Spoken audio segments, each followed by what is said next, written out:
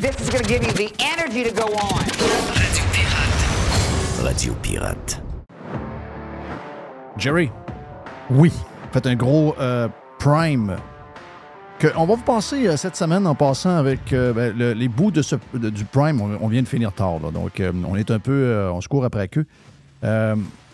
Mais ça va valoir la peine parce que vendredi, vous savez que le vendredi, on vous passe des moments du show Prime dans le live pour les cheap qu'on salue.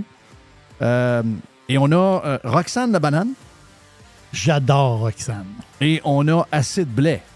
J'adore Acide. Donc, des vedettes du web, je vous dirais humoristiques. Ben, Acide, il le sait pas, lui. Acide, tu sais, Roxane, c'est un peu arrangé dans le sens qu'elle sait qu'elle fait de l'humour carrément. Là, elle va dans tous les sens, puis elle passe ses messages par le sarcasme. Mais je vous dirais que Acide, lui, Acide, c'était juste pour montrer qu'il était sur le party. Puis finalement, je pense qu'il n'était pas au courant qu'il était bien drôle, mais je pense que le monde l'a trouvé bien drôle. Donc, Acide Pute Pinch, qui est avec nous autres. Donc, on a fait pas mal de temps avec Roxane la banane et Acide Blais, ceux que ses amis appellent Max. Donc, bien le fun. On a jasé avec eux autres pas mal sur le Prime. Donc, on va vous passer des bouts de ça vendredi sur le live. Mais pour l'instant, Joe Hamel, l'italien, Jerry. Italiano. Oh, buongiorno. Buongiorno. Un jour, il va nous dire le budget total du voyage, là, mais moi, je calcule. Écoute, c'est moi que je pensais, finalement. On a été quand même raisonnable. Écoute, faut dire que Jeff, dans les dépenses courantes de tous les jours, ça coûte... Écoute, on a mangé dans un étoilé Michelin à Rome, puis ça a probablement coûté moins cher que dans un Saint-Hubert ici. Je te garantis. Non, arrêtez. Je te dis, on était deux entrées, 2 plats principaux, une bouteille de vin, 2 drinks, 114 €. Hein, quand même. Moi, je capotais. Étoilé Michelin, c'est des pâtes, là, mais quand même, écoute, faut dire que certains endroits, tu sais, à Capri, on a pris 4 drinks pour 150 € aussi, là, mais en général, je te dirais en Italie, mainland, pas dans les endroits, pas les îles. Là, c'est ça. c'est assez abordable, la nourriture. C'est une place de fou, là, ici. Là, est-ce que tu penses qu'un jour, il y a quelqu'un qui va aborder ça pour vrai? L'histoire de ce qui se passe en ce moment. Pas juste la bouffe dans les épiceries, mais les restos, ils vont tous crever. Là. Tu sais, moi, je regarde ça, ils vont tous crever. C'est pas un... On est rendu... Hey, écoute, Jay the Pilot s'en va en Islande. L'Islande, c'est reconnu comme une place très chère. Ça a toujours été reconnu pour la bouffe comme étant très cher. Il nous a sorti ses factures de son fish and chip avec sa bière 22-11 et patente de même. J'ai dit, Simonac, c'est moins cher qu'ici. Ma sœur est allée en Islande, moi, il y a peut-être 6-7 ans à peu près. Puis quand elle est revenue, elle adorait le pays. Mais elle est en état de choc pour le Elle a été shakée pour le... Elle dit, ça coûte donc bien cher. Là, c'est... Est-ce que tu penses qu'il y a... Est-ce qu'il y a... Je sais que... C'est rendu de même ici. Tu peux faire du millage là-dessus comme politicien, parler. Concrètement, je ne sais pas ce que tu fais, là, à part d'enlever des taxes et des patentes de même, puis d'enlever justement toutes les règles sur le poulet, sur les produits laitiers, mais ça, c'est le fédéral, c'est bien compliqué. Mais à un moment donné, il va falloir qu'on se parle. Tu sais, je veux dire, cette semaine, Gilles Parent me disait... Ben là, Saint-Hubert vont être agressifs. Ils vont faire passer le choix du rôtisseur 13,99 à 10,99. Je vais un peu, là. Moi, le choix du rôtisseur, dans ma tête, à moi, il est 4 ou 5,99. Dans le temps, c'était ça. C'est quoi que c'est passé en 2 ans, 3 ans? Là? Puis on va voir dans le Facebook de Saint-Hubert, et c'était 6,99 pendant la COVID. Là. Exact. Donc là, il y a une promotion qui s'en vient, mais je veux dire, le vrai prix, c'est rendu 13,99. Puis les gars de restaurant disent, sais-tu quoi? On vend cher, on se fait traiter de voleur, puis quand on regarde ce qui nous reste à la fin, même si on a fait des plus gros chiffres qu'on a fait parce qu'on vend plus cher, il nous en reste plus, je vois le vert. Non, ben ça, c'est la somme, écoute, de toutes les charges, beaucoup les taxes municipales, les impôts, les taxes sur la main-d'œuvre, les name it, là. Donc, c'est, je pense, l'addition de toutes ces foleries-là qui font qu'en bout de ligne, le consommateur paye plus. Alors que, tu sais, on est quand même dans un coin d'abondance en termes de nourriture, là, tu sais. Je veux dire, c'est pas une île, on n'est pas isolé. Donc, le poulet, c'est pas du bœuf Kobe, là. C'est quelque chose qui devrait quand même être assez abordable. Mais on commence à voir que ça a un impact. D'ailleurs, t'as vu l'impact un peu du discours de Pierre Poilievre qui sente le discours sur l'inflation depuis maintenant, plus d'1 an et je pense qu'il vise vraiment dans le mille avec ça. Et ça commence à rallier les gens. Donc, il n'y a plus vraiment rien d'autre à faire autre que enlever des barrières, diminuer taxes et impôts, limiter le bras réglementaire de l'État qui étouffe non seulement les restaurateurs, mais les petites entreprises en général. Là, la bureaucratie, le fardeau de la bureaucratie pour les petites entreprises au Québec est incroyable. C'est un des endroits les plus lourds en Amérique du Nord, en plus d'être un des plus taxés. Donc, c'est ça, là. Et ça, c'est les bœufs qui tirent la charrette, là, les petites entreprises. On peut bien parler des grandes entreprises, mais c'est les petites entreprises. Là, le Québec, PME, le Canada, c'est les petites PME de moins de 5 employés là, qui drive le Québec. Là. Parle-moi un peu de Poilièvre. D'abord, je sais qu'un bout de temps, tu étais revenu quand d'Italie? Jeudi? Je suis revenu lundi. Lundi, OK. Donc, tu voyais ça un peu à distance. Moi aussi, je ne suis pas allé, là, mais je veux dire, j'ai vu la couverture. Il y a des gens qui m'ont dit, c'est bizarre parce que moi, j'y ai été, puis la couverture et être là, ça n'a pas rapport. Là. Je veux dire, non. C'est ça qui m'écoeure. Moi, je veux dire, tu sais, j'étais pas là. Mais, puis je regardais la couverture comme tout le monde. Ben, je regardais la couverture sur les réseaux sociaux. J'ai vu ça. Là. Mais, tu sais, OK, j'avais l'impression quasiment qu'il avait parlé des affaires woke quasiment de la fin de semaine. Quelqu'un me dit, ben non, mais ça a été un sujet. Mais les médias ne parlent pas de l'inflation. Ils ne parlent pas de l'économie. Ils savent que c'est le talon d'Achille de Trudeau. Donc, ils s'en vont ces affaires où ils peuvent s'accrocher puis faire du millage. Mais c'est pas ça pour tout qui s'est passé. Mais en tout cas, de ce que je peux voir, c'est que ils ont en chienne en sacrement. Là. Quand tu es rendu que Pablo BMW Rodriguez est en avant de sa galerie avec le gars, le gars du climat. C'est bizarre, ça. Qui s'en vont en avant du building faire un genre de grève. Ça, en passant, là, c'est du jamais vu. Là. Il y a toujours une espèce de gentleman agreement que tu ne vas pas écœurer l'autre partie pendant que c'est son congrès. Là. Souvent, ils vont dans la même ville, ils vont dans un autre hôtel pour faire un point de presse, pour comme suivre. Ou souvent, même des fois, il y a un observateur qui est invité. Mais de là à faire un point de presse en avant du centre des congrès, jamais on a vu ça. C'est vraiment un gouvernement de voyous. C'est des tactiques d'assaut étudiante, ce qui représente bien ce gouvernement de bouffons de l'extrême gauche. Mais pour revenir à la base, écoute, j'ai écouté le discours live de là-bas, là, sur le bateau. J'ai vu l'ouverture de Anaïda, la conjointe de Pierre Poilievre, qui, je crois, est la carte cachée pour le Québec. Je pense qu'elle va charmer le Québec, c'est une question de temps. S'exprime très bien en français. Elle a appris le français ici au Québec, je pense, à Pointe-aux-Trembles. Et ensuite, Poilievre, dans un discours un peu de town hall, un peu à l'américaine, là, dans une scène centrale où il parlait à la foule autour de lui, sur des sujets, je pense qu'il a quand même frappé dans le mille sur plusieurs sujets. Le premier est évidemment l'inflation. Et remarquez, ma partie favorite, là, c'est la partie où il explique que l'augmentation de la masse monétaire combinée à la fermeture de l'économie a causé l'inflation. Donc, l'inflation, ça n'arrive pas comme le printemps. D'ailleurs, c'est le titre de mon billet que je vais publier dans les prochains jours. Là. Je suis un peu en retard, désolé, pour ceux qui sont inscrits à l'extrême-droite.com. Ça va venir dans... J'étais supposé de faire ça sur le bateau, mais... ouais, t'as perdu la tête un peu. Écoute, 2 caisses de Prosecco plus tard. Oui, c'est ça, là. Le billet s'en vient. Mais non, c'est ça. Donc, c'est vraiment je pense que c'est un game changer, ça, le fait que les gens commencent à être conscients de l'impact de la politique monétaire sur l'inflation, sur leur portefeuille, leur niveau de vie. La façon dont Pierre Poilievre l'explique, c'est extrêmement efficace. Il s'attaque aussi à la gauche radicale qui est bien incrustée dans les villes. D'ailleurs, il a dit, je pense que ça aussi, c'est un game changer, le fait qu'ils disent qu'il va pas financer les dépassements de coûts pour les grands projets de transport en commun. Il vise directement le tramway avec ça. Et j'ai tweeté là-dessus une couple de jours, puis je pense que c'est important de le noter parce que c'était pas évident, puis ça n'a pas été rapporté par personne, mais évidemment que Pierre Poilievre vise le Bloc et Justin Trudeau et le NPD dans son discours, mais quand tu lis entre les lignes, là, il s'attaque aussi à la CAQ. Et ça, c'est important de le dire parce que il y a une espèce d'illusion comme quoi que la CAQ, c'est un peu comme des conservateurs au Québec. C'est totalement faux. La CAQ, c'est le PQ 2.0. C'est un parti de gros gouvernement. C'est un parti qui taxe. C'est un parti qui veut contrôler les gens. Pierre Poilievre va attaquer plusieurs sujets. La fin de la guerre à l'auto, l'omniprésence de l'État au quotidien, un soutien avoué au mouvement pro-liberté. D'ailleurs, la conjointe de M. Poilievre a souligné là, l'apport du mouvement des camionneurs dans justement ce combat-là des dernières années, qui a été un point tournant. Là. Ils diront ce qu'ils voudront, mais ça a été clairement un point tournant dans cette hystérie collective-là. Oui. Et un retour fondamental à la production d'énergie. Le Canada est un pays riche en gaz et en pétrole, et Pierre Poilievre est fondamentalement pour le retour à cette industrie-là, ce qui est en totale contradiction avec ce que François Legault dit. Fait que, tu sais, à la base, François Legault, la CAQ, c'est rien d'autre qu'une extension provinciale de la gouvernance autoritaire et coûteuse de Justin Trudeau.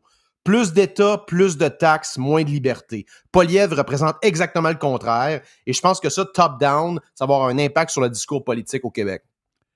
Écoute, beaucoup de... Tu nous parlais du discours. Beaucoup ont été impressionnés. Tu sais, au Québec, la couverture n'a pas été ça, là. Mais moi, ce qui m'a marqué, c'est de voir que Brian Mulroney, qui n'était pas très chaud à l'idée au début de voir Poilievre comme chef du Parti conservateur, il l'avait dit publiquement, et d'écrire ou de parler à son fils Mark et de lui dire qu'il a vu tous ces discours-là depuis qu'il a l'âge de 16-17 ans, et qu'il n'a jamais vu un meilleur discours que celui-là. Moi, j'aime beaucoup Brian Mulroney, OK? Écoute, je sais qu'il n'est pas c'est pas un conservateur, tu sais, comme on les aime, c'était plus un progressiste, mais c'est un gars que j'aime le flow avec lequel il parle, j'aime ses réflexions. Il a été shaké par Poilievre. Moi, je pense que Poilievre va en shaker une maudite gang pendant la campagne. Je pense que là, on voit les sondages où le Bloc mène encore et que le Parti libéral est deuxième, mais on commence à voir qu'on a une guerre de 3 partis. J'ai l'impression que Gérard Deltel puis la gang de anti-Poilievre vont faire un saut. Ils vont pas peut-être se ramasser tout seul à Ottawa. S'il y a une place, on peut avoir des surprises. J'ai comme l'impression qu'avec le discours qu'a Poilievre, c'est au Québec. Je rêve peut-être.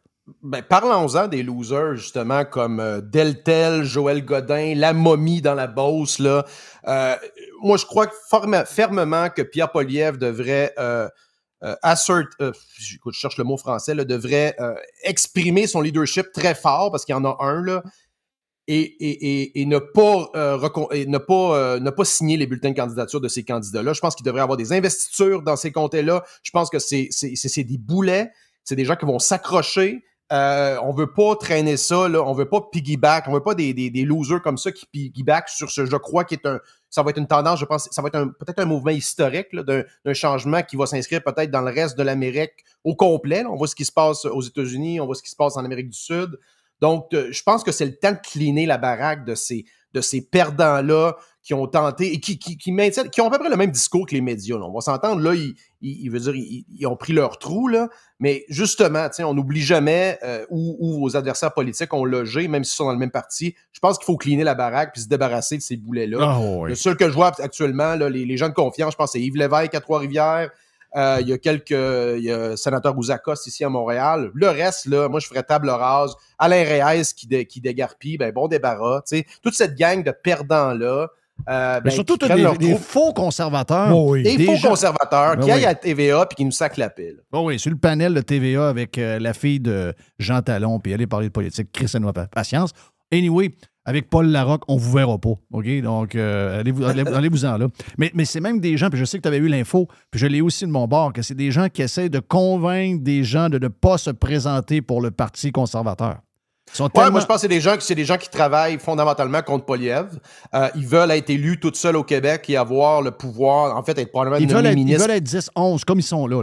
Ah oui, ils veulent être nommés ministres par la bande, c'est ce qu'ils veulent. Donc, moi, je pense que Pierre Poilievre et son équipe doit attraper le taureau par les cornes et débarrasser de cette gang de... c'est des losers. Et on se débarrasse de ça quand on a du leadership, puis quand on a le vent dans les voiles. Tu ne veux pas traîner des gens qui tirent de la patte en arrière. J'entends les chiffres, ce qu'on me dit, qui serait parlé de plus en plus par des gens impliqués dans toute l'histoire du tramway à Québec. Et ce qu'on me dit aussi, c'est que le bureau du premier ministre, puis la madame en salopette de plastique est au courant aussi à son bureau. Les chiffres qu'on entend de la part des consortiums qui sont impliqués à calculer combien ça peut coûter faire le tramway à Québec, sans les trains roulants, tout le matériel roulant, on serait rendu à 9 milliards de dollars maintenant ou à peu près pour toutes les dalles de béton et toute l'infrastructure en tant que telle. C'est un montant que moi, j'avais déjà calé il y a 2 ans. Donc, si on rajoute les trains et tout ça, on est rendu à 10 milliards.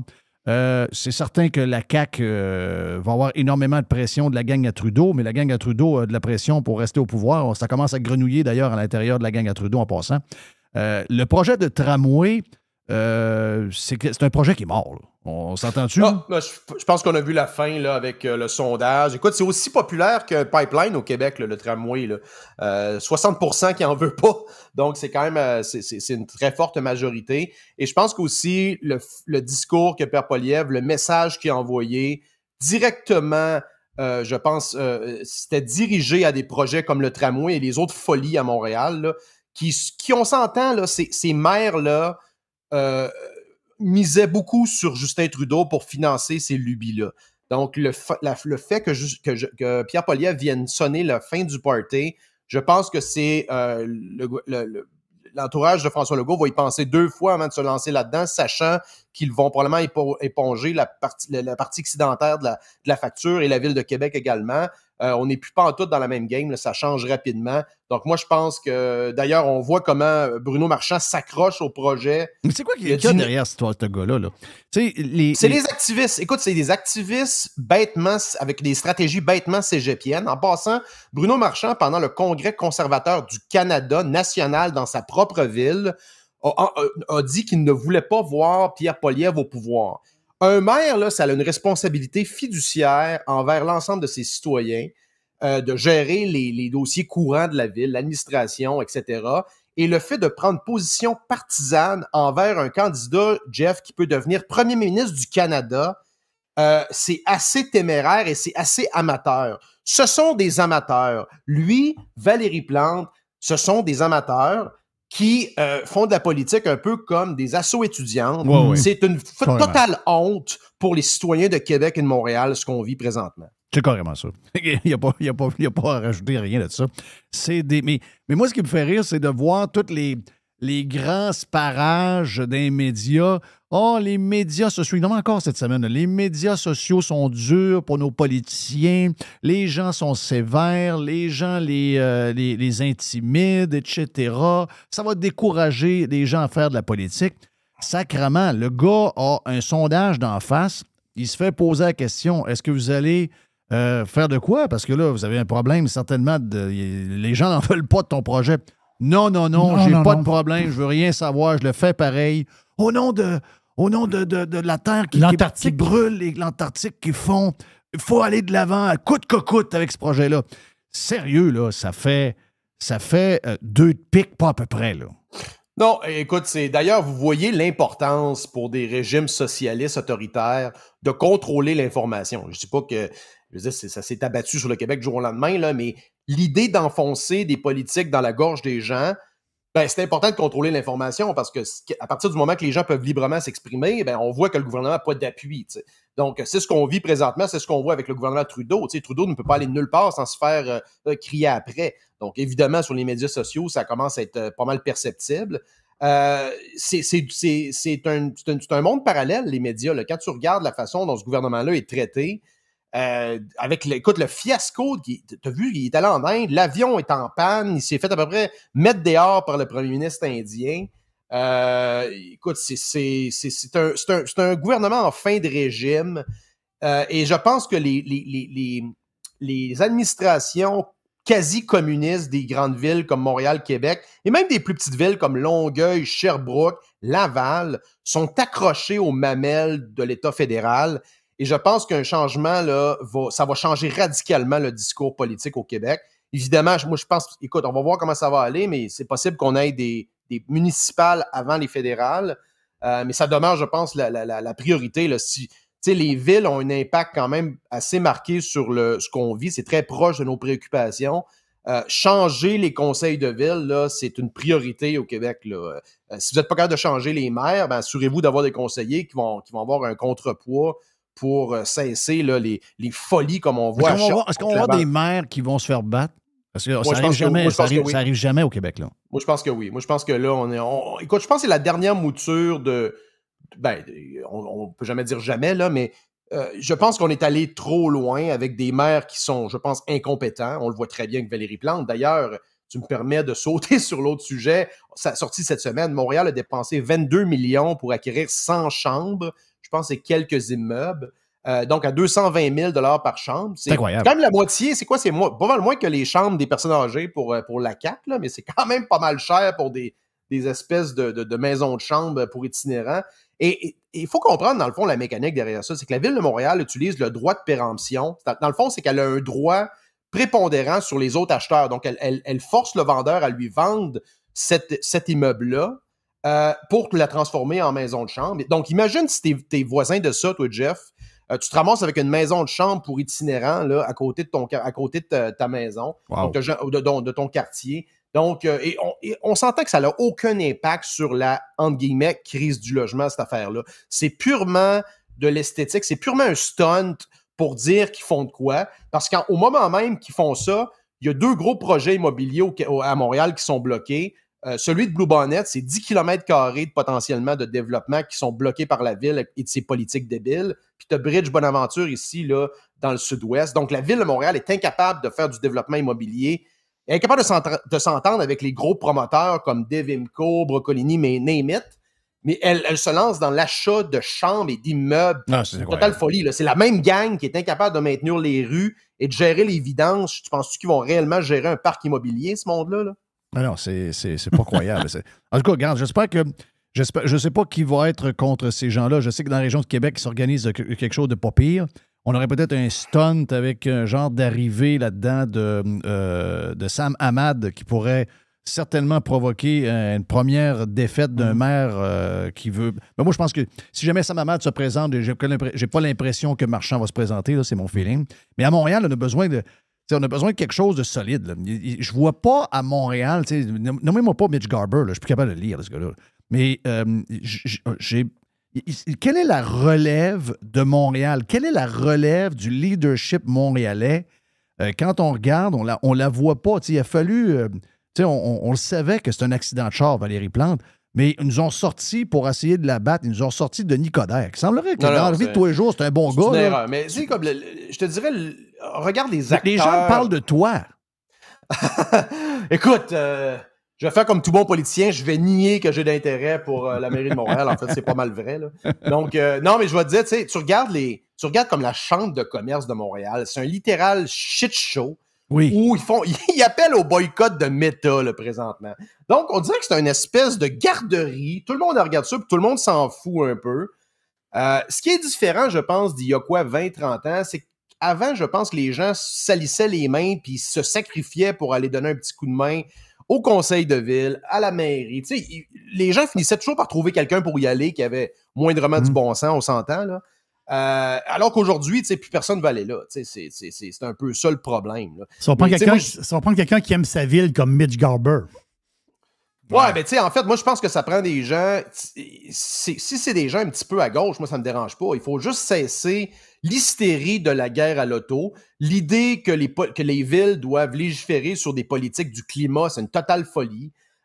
Donc, il faut vraiment ramener les villes à leur mission essentielle. Puis je pense que ça prend des administrateurs. Valérie Plante, là, quand elle va célébrer, couper un ruban au-dessus, sur le Mont-Royal, est-ce qu'elle va y aller en char ou elle va monter en haut à pied ou en vélo parce que les chars vont être barrés? Est-ce que quand il va y avoir des événements officiels, est-ce qu'elle va monter avec la voiture et le chauffeur ou elle va monter à pied à partir d'en bas? Cette femme-là va probablement se promener avec un chauffeur avec une voiture toute la journée. Là. D'ailleurs, ça prendrait une espèce de paparazzi pour exposer ça, là, l'hypocrisie derrière ça. D'ailleurs, c'est un scandale, ça, le fait de fermer le Mont-Royal. Puis, détrompez-vous, là, moi, je suis un cycliste, je le prends souvent, puis il n'y a pas de problème sur le Mont-Royal. Tu as à peu près 6 pieds là, pour rouler à côté. Oui, en haut, c'est plus étroit, mais c'est quand même un lien essentiel. Quand tu es de l'autre côté, là, du côté, par exemple, de Côte-des-Neiges, tu veux revenir, c'est pas un chemin qu'on prend souvent, mais on sait qu'il est là. On peut comme couper au travers. Donc là, de le fermer, en fait, c'est un petit pas en avant encore de la guerre à l'auto. On dit qu'il n'y en a pas, mais c'est toujours l'effet ratchet. Ça clique en avant, ça ne revient pas en arrière. Donc, il faut stopper ces administrations débiles-là. Les pistes cyclables aussi, je pense qu'il faut en revenir. Là. On a un réseau cyclable qui est décent. mais l'idée de fermer des rues complètement puis de les transformer pour des rues piétonnes. En passant, écoute, j'ai passé 3 jours à Rome, c'est ce qu'on voit à Rome, oui, il y a un tramway, là, on le voit de temps en temps, mais ce qu'on voit partout, Jeff, c'est des autos. Il y a des autos partout, parquées en double, en triple, des vannes, des petits camions, surtout des petites voitures, là, les Fiat. C'est toutes des chars à gaz. Je te dis, j'ai fait à peu près 1200 km, 1300 km à peu près en Italie, du nord au sud. J'ai vu dans tout le voyage à peu près 5 Tesla, là. Une coupe de Golf électrique, c'est toutes des chars à gaz ou des chars au diesel. Il n'y a absolument aucun désir de s'en aller de là. En fait, je te dis, c'est une civilisation, l'Italie, c'est un pays qui vire au gaz du matin au soir. Là. Les mobylettes, ça sent le prémix d'un ville, tu sais, les petits mobylettes 2 temps. Là. Oui. C'est comme, pourquoi qu'une ville comme ça, qui est quand même... Et là, tu te mets dans le contexte nord-américain, puis on va aller à contre-courant de ça. Tu sais, c'est une totale lubie. Là. Cet été, ils nous ont dit qu'ils voulaient bannir les tondeuses à gaz. C'est des malades mentales. Il faut les traiter comme tels. Il faut les humilier à toutes les occasions qu'on a et exposer la débilité des politiques publiques qu'ils veulent déployer. L'impact que ça a les gens le savent-tu, ça, qu'ils vont vouloir leur enlever leur tondeuse, là? Tu sais, les boomers, là, réveillez-vous, là. Parce que c'est ça, tantôt, il vous reste quoi? Peut-être 20 ans à vivre, là, 15-20 ans à vivre activement. Ben, votre niveau de vie va baisser à cause de ces débiles-là. Là.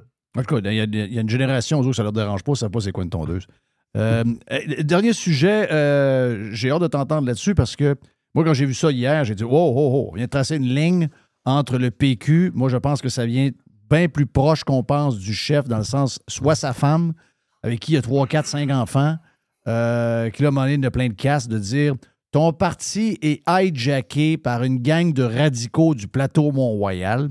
Si tu veux faire plaisir à du monde du bas du fleuve, si tu veux faire plaisir à des gens du Saguenay, si tu veux gagner dans Jean Talon, il va falloir que tu ramènes ça proche du monde. Les histoires de petits gars qui deviennent petites filles dans le dos de leurs parents à l'école à 9 ans, c'est assez. Et là, il a fait une sortie publique. Moi, je pense qu'il y a une tempête de vent en ce moment au PQ parce que l'establishment, les grands penseurs montréalais, l'ont tout abandonné hier sur Twitter. Ils l'ont comparé à Poilievre, ils l'ont comparé à Duhem. Ça, c'est des comparaisons qu'un péquiste et un gars comme dans le cas de lui, je pense qu'il veut beaucoup se faire aimer, pas se faire haïr. J'ai l'impression que les 48 prochaines heures vont être assez importantes pour lui. S'il tient le fort, il va me surprendre, mais ça va marquer une première démarcation entre la CAQ, QS en même temps, là, mais je pense que l'adversaire, c'est la CAQ. Et c'est vraiment... en tout cas, il a tranché de quoi avec tous les woke qu'on a alentour de nous autres, en politique, dans les médias, etc. Moi, ça m'a un peu surpris. Là. Je vais te le dire, ça m'a un peu surpris. Je ne sais pas d'où ça vient. Là.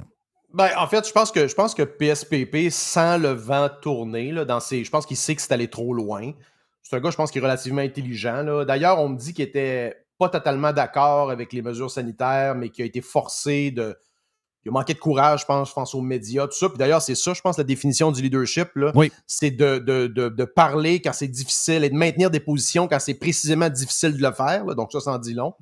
Mais pour d'ailleurs, il a raison là, sur ce qu'il a dit hier. Je pense que tout le monde de raisonnable est contre le fait que les mineurs soient exposés à ça, l'idée des toilettes mixtes. Je pense qu'il n'y a pas trop de débat là-dessus au Québec, à part une minorité. Ceci dit, si PSPP veut réellement s'attaquer, parce que lui, il a dit là, qu'il souhaitait que les idées d'extrême gauche qui sont enseignées à l'école soient vétées là, avant d'être enseignées. Ben, PSPP, là, le Parti québécois, dans son programme, a beaucoup d'idées d'extrême gauche. Et je te lis textuellement là, dans le parti, dans la première page, là, dans la table des matières, répondre aux défis écologiques de la crise climatique, l'impératif du développement durable, changer de modèle de développement. Donc, c'est quand même un parti qui souhaite changer votre mode de vie en droite lignée avec les discours de l'extrême gauche qu'on entend. Donc, c'est bien le fun, là, l'histoire des transgenres, puis de prendre position sur des sujets, entre guillemets, faciles comme ça. Mais si PSPP veut réellement s'attaquer au discours d'extrême gauche, il doit faire un virage assez radical sur sa politique environnementale. Il n'y a pas le choix. J'en ai parlé avec Régent Tremblay là, il y a 2-3 semaines, on mangeait ensemble. Il arrivait de manger avec. Il disait, il est pas pire. Moi, mais j'ai dit, ben moi, il est pas pire.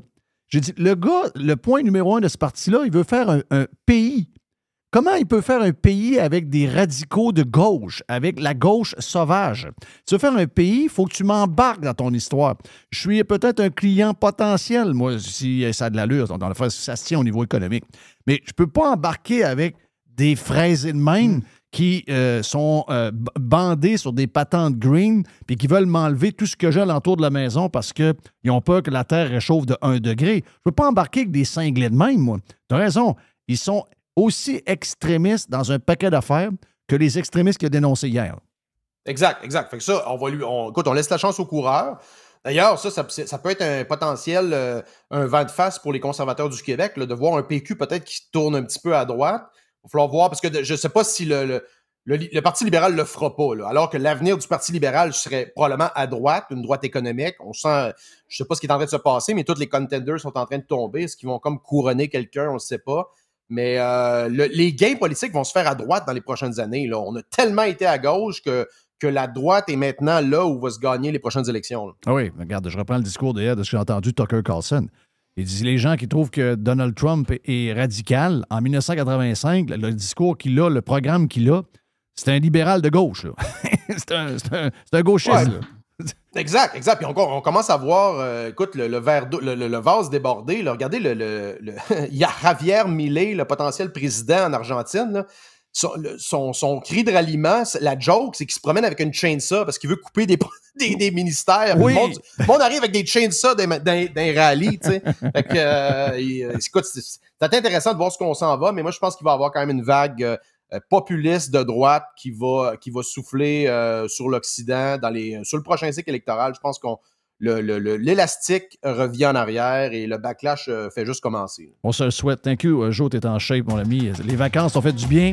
Beaucoup de vino, beaucoup de prosciutto, beaucoup de tout. Prosecco. Prego. See you, my friend. Hey, t'es prêt pour la boîte tantôt, hein, Jerry? Oh oui. Oh oui, je suis très prêt. Et après, on a Éric Duhem dans le prochain bloc, ici même sur Radio Pirate Live. Radio Pirate. Do you like it? Yeah. Pirate. Radiopirate.com. On est avec Éric Duhem. D'abord, Éric, t'es salué, mais je veux te dire que ton candidat, je vais l'appeler le jeune. Le jeune. Il est bon. Il est très bon. T'as Candidat fait dans Jean Talon. très bon. Moi, Jesse Robitaille. je vais le dire, là, je comprends qu'on part de loin dans Jean Talon, là, mais de tous ceux que j'ai entendus, le pire, là, c'est le péquiste. Kakis, fais attention. Ben, en tout cas, ça dépend à quelle date tu parles. Là. Le caquiste qui avait de l'info, qui aurait dû donner la minute qu'il l'a eu, c'est un gars douteux pour moi. Puis ce gars-là amène rien. Ben, vous n'avez pas me dire c'est l'ami de Marchand. Ça ne m'intéresse pas. Je regarde ce qu'il écrit sur Twitter. Tu sais. On s'en va nulle part avec des gars de même. Tu sais, à un moment donné, tu as besoin d'arriver et d'entendre des affaires qui vont... Un peu de divergence, un peu de choses... tu sais, de la diversité, là, c'est pas rien que des patentes de vie sexuelle. Dans les idées aussi, ça naît, ça. C'est important. Puis le kid est bon et il est jeune. Il est jeune. Ouais, c'est une place de vieux. Ouais, mais ce ne sera pas des vieux pour le reste de l'existence. À un moment donné, ce monde-là va mourir puis ils vont être remplacés par des plus jeunes. À un moment donné, il faut laisser la place aux plus jeunes un peu. Exactement. Moi, c'est pour ça que j'étais allé chercher. Aux dernières élections, d'ailleurs, on n'avait pas suffisamment de candidats jeunes, je trouve, pour un parti qui était très fort chez les jeunes. C'était très X. C'était très X, notre équipe. Puis c'est pour ça que j'ai voulu utiliser cette élection partielle-là pour présenter quelqu'un jeune, surtout que le campus de l'Université Laval est dans le comté. Surtout que lui, il habite là. Il y a 2 cégeps aussi, hein? Il y a 2 cégeps, oui, Garneau puis Sainte-Foy. Donc, c'était important d'avoir un candidat jeune. Fait qu'on est le seul parti, d'ailleurs, qui présente un candidat jeune. Et elle n'est pas vieille. La CAQ, c'est pas vieille, non? Non, mais pas vieille, mais elle n'a pas 24 ans non, comme je comprends, Jessie. je comprends. Puis, tu sais, c'est important pour un parti politique aussi de penser à moyen et à long terme. Parce que oui, il y a l'élection le 2 octobre, mais il y a aussi, tu sais, dans 10 ans, dans 15 ans, il faut semer pour l'avenir, pas juste pour le présent. Puis je pense que ce gars-là, tu sais, s'il n'est pas élu le 2 octobre, il va jouer un rôle encore dans le parti, il va être candidat peut-être ailleurs ou il va peut-être être un attaché politique ultimement. C'est important de préparer la relève. Et on avait eu une dans l'élection qui était dans Soulanges, qui a été très bonne. Je pense qu'elle avait 19 ans. Très, très, très bonne candidate. Une de nos bonnes candidates. T'en avais une ici aussi qui était jeune, là, dans le coin de Saint-Og, contre Geneviève Guilbeault. Malka, oui, était très jeune elle aussi. Fait qu'on a eu quelques-uns, mais pas suffisamment par rapport à l'importance que les jeunes avaient en termes de vote pour le Parti conservateur du Québec. Comment tu vas? Ça va super bien. L'élection partielle bat son plein. Il nous reste 19 dodos. Moi, je compte ça de même. Ouais. Et hier, j'ai l'impression qu'on a monté 2-3 points. OK. À cause du Raconte sondage qui est sorti. D'abord, dans je le l'ai trouvé soleil. écœurant sur le tramway. Là. Les points qu'il amène, tu vois qu'il connaît son affaire. Puis pour le coin, c'est ça qu'il faut qu'il rappelle au monde. C'est que même si vous êtes pour le tramway, c'est pas le tramway que vous voulez. Non. Il n'y a personne qui veut ce tramway-là avec la patente de béton qui va causer tous les problèmes d'accès à la rue avec les voitures. Puis là, il va falloir que tu fasses un détour par là. Les arbres coupés, les fils qui vont paraître. Excuse-moi, là. Je sais que cette clientèle-là est plus... parce que c'est dans leur coin, puis ils se disent « Ah, ben ça va nous faciliter. » Ouais, mais c'est votre coin de ville, qui est un des plus beaux coins de la ville, Oui. qui va être complètement défiguré. Tu sais, la rue René-Lévesque, pas d'arbre, là, elle va passer de la plus belle rue de la ville à la plus laide. Ça n'a pas de sens. Elle va passer d'une rue qui a un couvert vert à une rue qui a une toile d'araignée de fil électrique. Oui. Ça va être affreux. Ça va être affreux. Ça va être affreux. Ça n'a Puis aucun sens. Le bruit, les dalles de béton qui vont faire que c'est infranchissable, tu ne pourras plus traverser d'un côté à l'autre de la rue, autant pour les piétons, les cyclistes, les automobilistes. Ça va être juste quelques intersections où la dalle va descendre au niveau de la rue. Là. Oui. Ça va être une rue atroce. Affreuse. Affreuse. On va détruire Mais la bonne plus nouvelle, belle c'est qu'il rue n'y de en la aura pas de ville. tramway, je pense. Ben, ça s'enligne pour ça, parce que regarde, hier, le sondage qui est sorti dans le soleil, c'est quoi? 61% des Québécois de la région de Québec sont contre le tramway. La seule place où le tramway est populaire, c'est à Montréal. Et c'est peut-être pour ça que les 4 autres partis appuient le tramway. Oui. Parce que ces 4 gars le de Montréal... le troisième lien était impopulaire à Montréal. Oui. Ils ont écouté l'intelligentsia montréalaise. Même chose avec le tramway. Et c'est la même chose avec le tramway. C'est spécial, hein? C'est fou. On construit la plus grosse infrastructure de l'histoire de la ville de Québec pour faire plaisir à Montréal. Oui. Contre les gens de Québec. C'est Tu peux-tu me débile. promettre quelque chose, Eric? Quoi? Si un jour tu es premier ministre ou chef de l'opposition, décideur, t'es premier ministre, dis jamais ce que Marchand a dit. Hey, c'était cœur, hein, hier? Ah non, c'était écœurant, certain. On va le faire que vous aimiez ça ou non. Ça n'a aucun sens. Autrement dit, moi, je suis pas élu pour vous faire plaisir, je suis élu pour faire à ma tête. Ils braillent qu'ils se font brasser ces réseaux sociaux. Excusez-moi, ils se font pas assez brasser ces réseaux sociaux parce qu'ils sont encore arrogants de même. Il n'y a pas beaucoup de place dans le monde où les gens disent « Hey, t'as peu, tu vas nous écouter, t'es notre employé, on t'a élu. On n'en veut pas ton affaire. C'est nous autres qui décident, c'est notre argent. Hey, c'est fou, Red, ce qu'il a dit. Hein? Sérieux, ça, j'en reviens pas. Puis là, il a dit de toute façon... Je te renie ce neuf à la main. Ben là, j'espère. Mais c'est décevant, mais c'est pas surprenant. Parce que rappelez-vous que ce gars-là, en campagne électorale, il disait qu'il y aurait 10 modifications au tramway, puis qu'aujourd'hui, il est un fan fini du tramway avec 0 des 10 modifications qu'il nous a promis en élection. Non, ça n'a pas de sens. Je veux dire... Puis, mais moi, je trouve que c'est surprenant pareil. Qu'est-ce qui est surprenant? Ce gars-là, non, t'as un peu, là. Ce gars-là, il quêtait des Saint-Saëns là, pour Centraide. Là. Ce gars-là, c'est un quêteux d'argent. Là. Et chaque dollar avait une importance. Quand tu quêtes de l'argent pour Centraide, tu parles au monde avec un 100 piastres là, un 50 piastres là, une patente spaghetti, une réunion là, une affaire, un tournoi de golf, une patente. Chaque dollar a une importance. Là, il est rendu maire. Puis là, l'argent, ça a comme plus d'importance. Jerry, c'est exactement pour ça. Non, mais je peux pas comprendre ce gars-là. Ben oui, tu peux le comprendre. Il ne quête plus ça à coût de 5 cents, il quête ça à coût de 5 milliards. Fait que c'est pour ça qu'il a perdu le sens de la mesure. Perdu le sens des grandeurs. Il n'y a plus besoin de... Il est plus redevable à chaque personne qui lui donne 5 cents ou 5 piastres ou 15 piastres. Il y a le gros gouvernement qui a le tunnel comme ça qui rentre avec des milliards qui s'en vont direct dans ses projets. Il a perdu la valeur de l'argent ou quoi? Qu'est-ce qui se passe? Ben, il n'y a plus besoin de faire plaisir à ceux et celles qui est supposé représenter. Ouais. Alors qu'à Centraide, il n'y avait pas le choix, parce que s'il avait agi à Centraide comme il agit présentement à Ville de Québec, Centraide se serait ramassé avec 0 dans le coffre. Exact, c'est sûr. Ben oui. Bon, fait que c'est pour ça que là, présentement, il peut dire toutes les conneries qu'il veut, puis les milliards continuent à rentrer, puis le gouvernement du Québec va encore signer le gros chèque pour son tramway que personne ne veut. C'est malheureux, mais c'est ça. Puis est-ce que tu as entendu les chiffres que j'ai de la gang qui travaille à donner des prix à la ville? Ce que j'entends, c'est excluant le matériel non roulant. Je sais qu'André Arthur a pris mes chiffres, là, André Arthur au paradis, puis que ça s'est promené. Parce que moi, je ne l'ai pas mis sur les réseaux sociaux. J'ai juste parlé hier rapidement. Mais j'ai même pas fait. J'ai glissé ça en 10 secondes hier, mais là, je le dis officiellement, là, les chiffres qu'on entend des consortiums qui sont impliqués à calculer les chiffres pour l'infrastructure, ça exclut le matériel roulant. Ça, c'est Alstom, on le sait déjà, il y a eu des dépassements de coût de 40 pour ça. Là. Ce serait, au total, là, quand tu calcules tout le monde, là, on serait rendu à 9 milliards. OK, c'est le chiffre que j'ai. rajoute à ça le matériel roulant, on n'est pas loin de 10 milliards. Je veux dire, et ce qu'on me dit, quand j'ai eu ces chiffres-là, j'ai checké qu'il y a une autre source. Mais ce qu'on me dit, c'est que quand il y a quelqu'un a demandé à Marchand, « Hey, vas-tu nous pousser les derniers chiffres? Là? On n'a pas de chiffres. » C'est parce qu'eux ont eu vent des chiffres que j'ai eu vent. Donc, le bureau du premier ministre et le bureau de Guilbeault ont eu vent des chiffres que je t'amène là. Mais ils ont eu plus que vent. Ils ont les chiffres dans les mains parce que, écoute bien ça, au mois de juillet, donc ça fait quoi? Ça fait 2 mois. Ils ont reçu les chiffres. Bruno Marchand a dit publiquement, puis là, je vais te retrouver l'article pour être sûr que c'est pas moi qui parle, là. Je cite le Journal de Québec, article de Taeb Moala, OK? Qui disait qu'ils avaient les chiffres depuis le 3 juillet. Évidemment, ils n'ont pas le chiffre à la virgule près. Ils ont une fourchette. Mais la fourchette, ça doit être entre 8 et 10 milliards, quelque chose de même, là, tu comprends? Mais ils ont la fourchette, ils l'ont dans les mains. Fait que le fait qu'ils ne le disent pas présentement, là, c'est pourquoi? Parce qu'ils attendent qu'on vote encore une fois le 2 octobre. Puis là, ils vont sortir les chiffres après que les gens aient voté. Comme ils ont fait avec le 3e lien. D'ailleurs, c'est pour ça, puis ça, c'est l'affaire qui me désole. Donc, ils les auraient, c'est ça. Ils ont plus qu'on pense. Ils ont beaucoup plus qu'on pense. Ouais. Mais ce qui m'écoeure, qu'on n'ait pas de députés conservateurs, puis c'est pour ça que c'est important qu'on fasse notre entrée au plus sacrant à l'Assemblée nationale. On représente 61 % des gens de Québec dans cet enjeu-là. Là. Puis il y a 100 % des députés à l'Assemblée nationale qui sont contre le 61 puis qui représentent le 32 % du monde pour le tramway.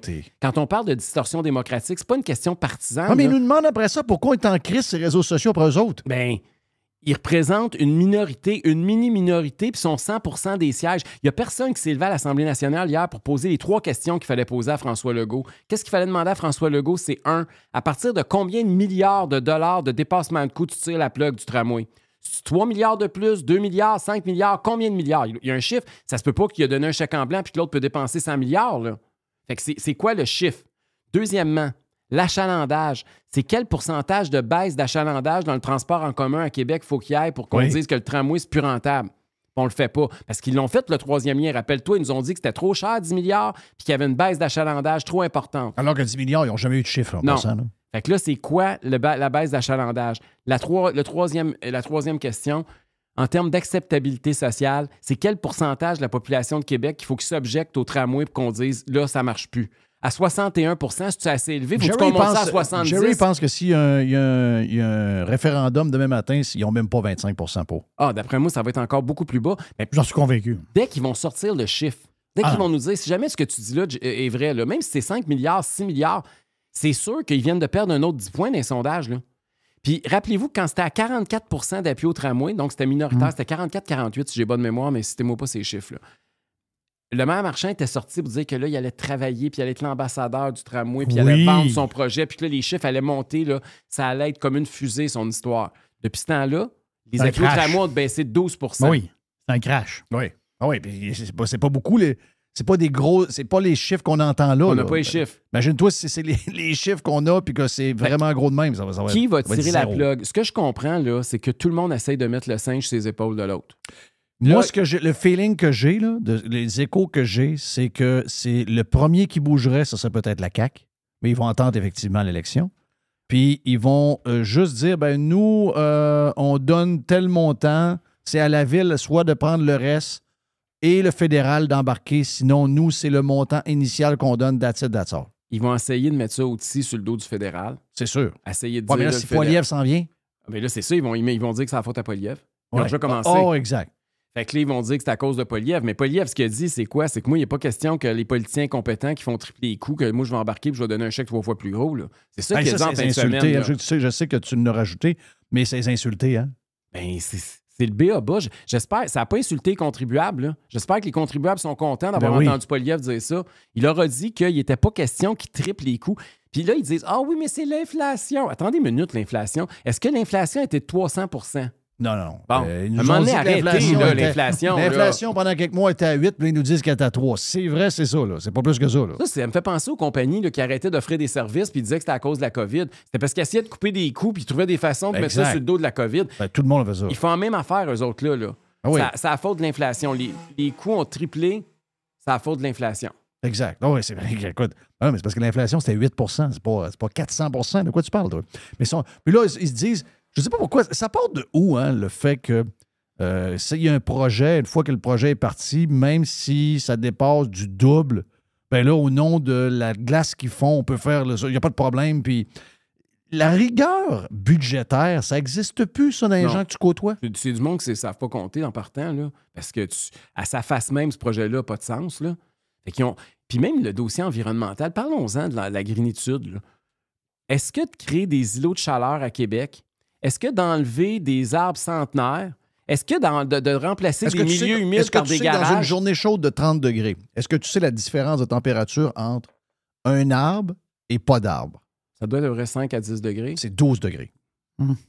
Le fil, c'est 12 degrés de différence. Donc on parle de René 1000 arbres. René Lévesque, tu vas monter à température de 12 degrés. C'est ça. Tu vas, mettons qu'une journée chaude, comme on a eu la semaine passée, ben, tu vas le filer vraiment. Si tu avais les arbres, tu files en bas du mercure. Parce qu'on le sait. Oui, les arbres te protègent, puis les arbres, ils amènent une fraîche. En fait, ça tempère la température. C'est-à-dire que en hiver, ça réchauffe. Oui. Donc, l'idée, c'est juste de dire, regarde, leur argument environnemental, pensez-vous vraiment qu'abattre 1000 arbres à Québec, puis remplacer ça par des fils électriques puis du béton, remplir je ne sais pas combien d'acres de zones de terre humide pour créer des garages puis des zones pour les tramways, pensez-vous vraiment que c'est comme ça que vous allez sauver la planète? C'est bizarre, mais ça ne s'applique pas à eux.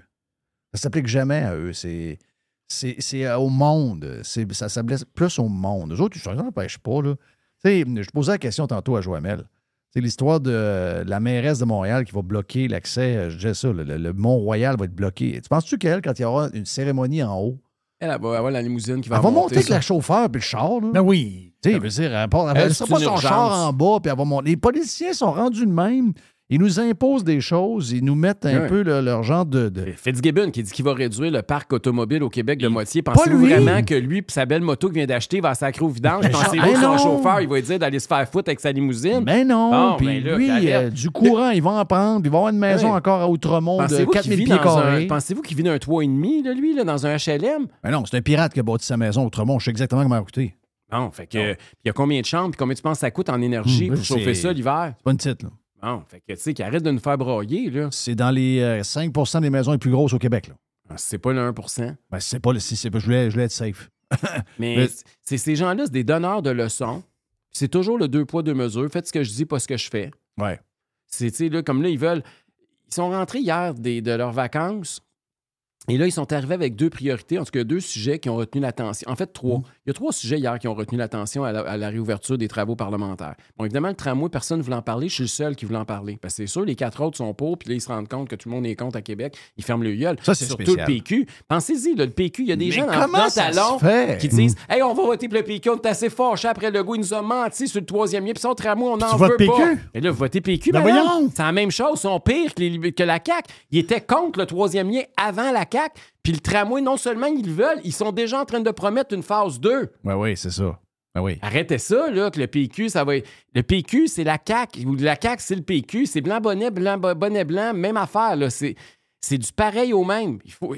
Puis là, on passe notre temps à expliquer ça une porte après l'autre parce que là, eux autres, ils lisent les journaux, ils écoutent les nouvelles puis les médias traditionnels. Ils pensent que le PQ, c'est un changement. C'est incroyable. C'est ça, je sais pas. Mais un peu, là, t'es pas dans une des places les moins éduquées du Québec. Non, c'est le comté le plus scolarisé au Québec. C'est déprimant, sacrament. Tabarnache. T'es obligé d'aller les éduquer dans le cadre de porte. Ils sont pas capables de le voir par eux-mêmes. Moi, je capote. Voyons. L'option, c'est le PQ. Oui, mais c'est la même affaire. Ils ont voulu se distancer un peu hier avec la patente des... Hier, c'est une des affaires sur 3 que j'ai retenues hier de l'ouverture des travaux. D'abord, il y a eu la chicane là, pour savoir là, qui a acheté de la publicité sur Facebook pendant l'élection partielle. Dans Jean Talon. Rien à foutre. Non, mais ça se garochait de la boîte à tour de bras. Même nous autres, ils nous ont associés à ça. C'était même pas vrai. Il y a une fake news qui est sortie des médias traditionnels. Oui, ils l'ont enlevé. Oui, ils l'ont enlevé, mais c'est pas grave, elle a circulé et elle a été imprimée. Là. Mais c'était faux. On n'a jamais été contre. On n'a jamais été pour le boycott de Facebook, puis pour le projet de loi de Justin Trudeau C-18. Là, on est le seul parti contre. Oui. Et nous autres, on a été cohérents, on met de l'argent, puis on n'a jamais dit qu'il fallait pas en mettre. Là. Fait que ça, c'est en tout cas, ça a été la grosse. Hier, c'était leur grosse engueulade. Ils sont là-dessus à côté. Le gars, le genre de. Puis c'est drôle parce que, tu sais, le premier ministre, il est là, puis là, j'exige que tel parti enlève sa pub sur Facebook. Oui, puis sinon, Toi? moi aussi, je vais en faire de la pub sur Facebook. Ben oui. Mais sont où tes principes? Ben oui.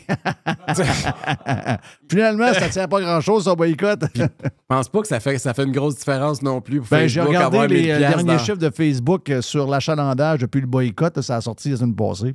On n'a pas changement. On n'a pas d'impact, ben. Non. Après ça, l'autre gros sujet, ça a été le coût de la vie. Là, ils sont revenus avec ce mot-là dans la bouche parce que là, il fallait faire quelque chose pour la classe moyenne parce qu'ils ont dû se faire parler tout l'été par leurs citoyens. Puis j'ai fait la tournée du Québec, puis moi aussi, tout le monde me parlait que de ça. Le prix du panier d'épicerie, le prix du gaz, les taux d'intérêt qui n'arrêtent pas de monter. C'est ça que le monde va entendre parler parce que c'est ça qui est en train de les égorger. Mais ils n'ont pas de solution, eux autres, là. Puis, les solutions qu'il faut qu'ils prennent, c'est le démantèlement du modèle québécois. Là. Mais non, mais la première affaire, là, s'ils veulent chialer, puis c'est vrai, là, je suis allé gazer un matin, ça m'a coûté quoi, 1,85 $? Est-ce que les gens sont au courant qu'on paie beaucoup plus cher, surtout ici, et c'est le modèle qu'on a qui est la raison principale? C'est les taxes. Puis moi, c'est pour regarder les taxes sur l'essence. S'ils veulent, la première mesure qu'ils doivent prendre, s'ils veulent aider tout le monde, avec le panier d'épicerie, avec le prix du gaz, le livreur, avec l'argent dans leur poche, c'est de baisser les taxes sur l'essence. Ils ont le pouvoir direct de le faire. Il y a des provinces ailleurs au Canada, des États aux États-Unis qui l'ont fait. La meilleure façon de les aider, c'est ça. Pour commencer, qu'on est les seuls qui proposent ça. Le gars en charge de la région de Québec n'est pas au courant que sa région est la région avec le gaz le plus cher, que ça coûte 25 cents le litre de plus cher qu'à Saguenay. Il savait pas. Il n'est pas au courant, puis quand il s'est fait dire ça, il s'est fait dire ouais, ben là, il a réagi en disant ouais, mais c'est juste 25 cents. Parce que dans sa tête, tu mets juste un litre. Ils sont tellement déconnectés, ce monde-là, c'était pur. Mais non, mais c'est parce qu'il n'a pas demandé à son chauffeur combien ça coûtait quand il 12 piastres à l'usine. Ah oui, fait que lui, il n'a jamais regardé ça, le prix de l'essence. Ça ne fait pas partie de sa réalité. Non. Il ne demande pas le prix d'une livre de beurre, ça non plus, il ne pourra pas te le dire. Ça fait longtemps qu'ils n'ont pas fait une épicerie. Là. Fait que c'est des enjeux qui les touchent plus. Parce qu'ils sont déconnectés. Puis même s'ils s'en rendaient compte, quand tu viens d'avoir une augmentation de 53 000 $, comme Jonathan Julien, là, dont tu parles, penses-tu qu'il s'en fout pas, lui, de payer 2 $ de plus ou 12 $ de plus à gauche par à droite? Il vient de faire 53 000 $ récurrents par année d'augmentation de salaire. Et toute la journée, il se promène le cul dans un char, il ne paye pas le gaz. Il paye le gaz à 20 semaines. Fait que surprends-toi pas qu'il n'est pas au courant du prix du gaz, puis même s'il était au courant, il s'en fiche comme dans l'an 40. Ils sont déconnectés, bien raides. Ça a été le premier sujet dont on parlait. L'autre sujet, c'est évidemment, tu viens d'en parler, là, c'est toute la théorie du genre, puis toute la question qui n'arrête pas de s'inviter dans l'actualité ces temps-ci. Là, le Parti québécois a fait un virage à 180. Puis même Bernard Drainville, hier, est sorti pour dénoncer une école là, en Abitibi qui voulait avoir des toilettes mixtes. Une école en Abitibi, toilettes mixtes. Là, il a dit non, on ne peut pas faire des toilettes mixtes au Québec. Puis Paul Saint-Pierre Plamondon est sorti pour dire que là, l'extrême gauche sur l'affaire des genres, ça prendrait une commission parlementaire. Là, OK. Comment ça se fait qu'avant qu'ils partent en vacances, ils ont voté à l'unanimité en faveur d'une motion de Québec solidaire pour exposer les enfants aux drag queens dans les garderies puis dans les écoles, puis qu'aujourd'hui, ils ont ce discours-là? Qu'est-ce qui s'est passé? Y a-tu du monde cet été qui lui ont chauffé les oreilles? Moi, je pense que sa femme a pété sa coche. Ça se peut. Mère d'enfant, je ne sais pas ce qu'il reste, je pense qu'il était dans le bas du fleuve à un moment donné. Il n'est pas l'île d'Orléans? Il était, mais il n'est plus là. Je pense qu'il est rendu à Montréal. Là. Il est rendu à Montréal, là? OK, donc il est rendu à Montréal. Mais il y a quelqu'un des régions là-dedans qui parle à du monde de région, là. Parce que là, d'après moi, ça commence à résoudre. Ces deux autres députés sont en Gaspésie. C'est peut-être ça aussi. Oui, il y a quelque chose. Il y a quelque chose qui est arrivé. Là. C'est clair que c'est tout un changement de cap, ça. Là. Ou ils ont fait des sondages, puis là, ils sont ils ont fait des sondages dans Jean Talon ou ailleurs, je sais pas. Mais il y a un virage. Un changement de cap. Moi, je le salue. Moi, personnellement, je suis heureux de voir que le PQ puis la CAQ sont en train de revirer de base cet enjeu-là. Mais j'ai juste hâte de voir si les commentateurs et les analystes vont l'accuser d'être DeSantis puis Trump, comme ils ont fait avec moi, puis dire qu'il importe un débat des États-Unis. La classe, je dirais, la gauche sauvage montréalaise qui rumine pas mal sur Twitter. Des gens, là, tu sais, des profs d'université, des gens mêlés à des organisations environnementales, ils l'ont tous abandonné hier. Ils l'ont flushé, ils l'ont passé en dessous du bus. Ils l'ont traité de duème, ils l'ont traité de poilièvre, ils l'ont traité de... C'est un insulte, franchement, là, pendant que la terre brûle, on s'occupe de ce genre de commentaires. Le Parti québécois est tombé si bas. Oui, il s'est fait... Il y a un peu de vent de face. Là. Il est challengé pour les 48 prochaines heures. Mais c'est sa gang ou sa gang de QS qui l'attaque? Ben, moi, je pense que c'est une. Ben, c'est ça. La gang de Montréal, elle se promène entre QS et le PQ. Oui, mais c'est des vases communicants. C'est la même chose. Quand tu lis leur programme environnemental, c'est le même gars qui l'a écrit. Et c'est pour là que. Ben, c'est ça. C'est pour ça que quand GND, un peu en écolier carré rouge, sort puis fait une histoire là, sur les suicides chez les enfants trans, etc., ben lui, c'est une position pour essayer de se détacher. Parce qu'il sait que ces gens-là, sa clientèle-là, se déplace de un à l'autre tout le temps de même. Là. C'est ça qu'il fait. Mais moi, j'ai hâte de voir s'il va tenir. Moi aussi, je salue. Ben moi, je pense qu'il y a beaucoup d'échanges de textos en ce moment. Telle organisation à telle place à Montréal dit que si jamais tu continues là, tel dirigeant va s'en aller chez QS, etc. Moi, je pense que ça a été une matinée assez mouvementée à matin. Là, ce matin, dernière heure, la dernière nouvelle, c'est que Bernard Drinville a réagi à ça. Et là, lui, il dit non, c'est pas une commission parlementaire comme proposé par le Parti québécois que ça prend, c'est un comité de sages. Voilà. Ça, c'est pour tenir le temps, ça. On peut voir ça de même, mais ça, moi... c'est ça, c'est quelque chose pour rien faire. J'ai hâte de voir de qui on parle quand on parle de sages. Est-ce qu'on parle d'activistes de la gauche radicale montréalaise? Voilà. Quelle sorte de comité ça va être? Tu as des profs du camp. Parce que si c'est ça, c'est pas un comité de sages. Là. Mais non. Il faut que tu sois sur le comité. Faut que ça soit balancé. Faut que tu sois sur le comité. Ben, soit moi ou Michel Blanc. Est-ce que Michel Blanc, ils vont la mettre sur le comité? Non, jamais. C'est la transgenre la plus connue au Québec. Oui, c'est vrai. Rossel Aurore Bouchard. Rossel Aurore Bouchard au Saguenay, qui est très connue aussi. Ouais. Est-ce qu'elle aussi, elle va être sur le comité? Je pense pas. Mais non, parce que ça, c'est du monde plus, entre guillemets, conservateur. Fait que c'est un comité idéologique, c'est bon rien. Ils vont faire exactement ce qu'on dénonce. Puis la raison d'être du comité va être évacuée. Fait que puis même... Moi, là, j'ai l'impression que c'est les parents qui doivent décider. La base là, de ce qu'on pense en tant que conservateur, je ne parle pas au niveau politique, je parle au niveau philosophique, c'est que les valeurs morales, c'est pas à l'école à inculquer ça à vos enfants. C'est vous, comme parents, qui décidez à quel âge puis qu'est-ce que vous leur dites. C'est pas... L'école n'est pas là pour faire la morale puis nous imposer des valeurs morales. J'aime ce point-là. C'est le prof Caron hier qui nous a dit la même chose. On est dans la même eau que la loi, c'est quoi? C'est la loi 21? C'est quoi, patente, la loi? Le voile? Le voile. 21, la loi 21. Donc, qui empêche les signes religieux, toutes ces affaires-là. Là. On est dans la religion. Là. On a sorti la religion des écoles parce qu'on disait que c'était pas le rôle des écoles de promouvoir des valeurs morales et religieuses.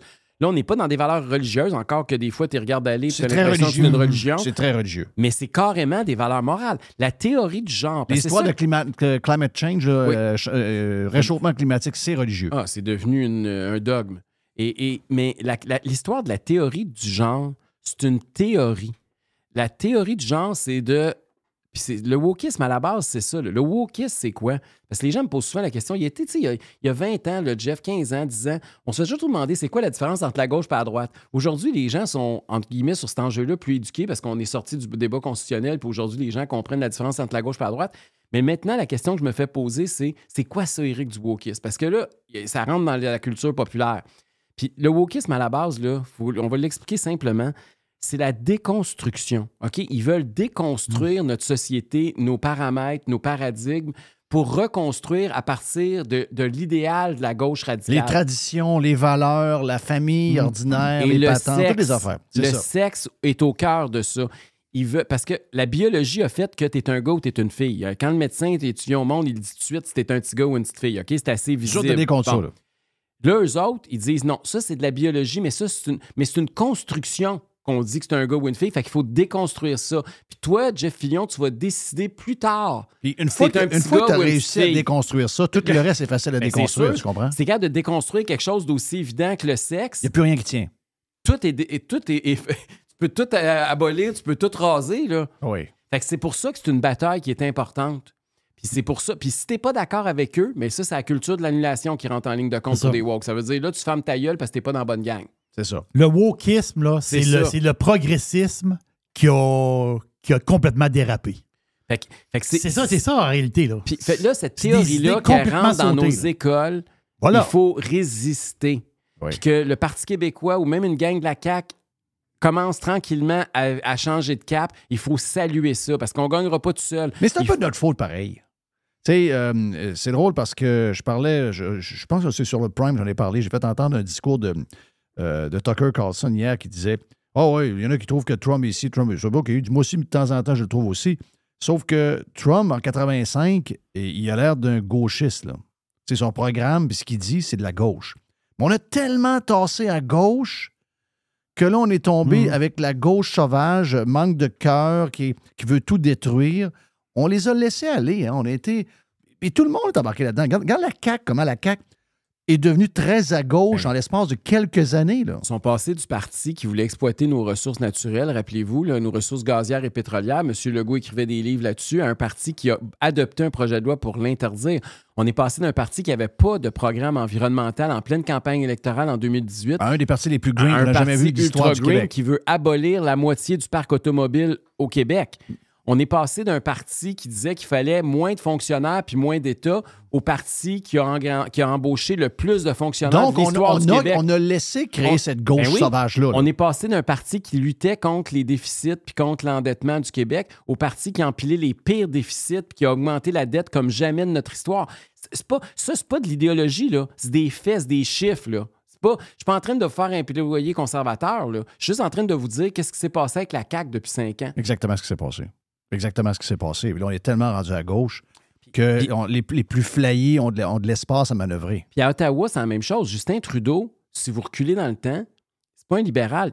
Ça serait un gars du NPD, de l'aile la plus gauchiste du NPD. Exact. Puis il est rendu le premier ministre libéral qui est mainstream. Ah oui, écoute. Fait que c'est la fenêtre d'Overton a bougé. Là. Pense mettons, à Chrétien, Paul Martin, etc., comment, aujourd'hui, pour le Parti libéral, ce sont des gens tellement à droite. Ils seraient avec Poilievre, eux autres, aujourd'hui. Ben oui, c'est sûr. S'ils étaient conséquents avec leur idéologie, plutôt que la partisanerie, ils seraient au Parti conservateur du Canada. C'est en shape, mon Éric. Lâche pas. Merci, Jeff. Éric Duhem, le chef du Parti conservateur du Québec. La boîte à Jerry.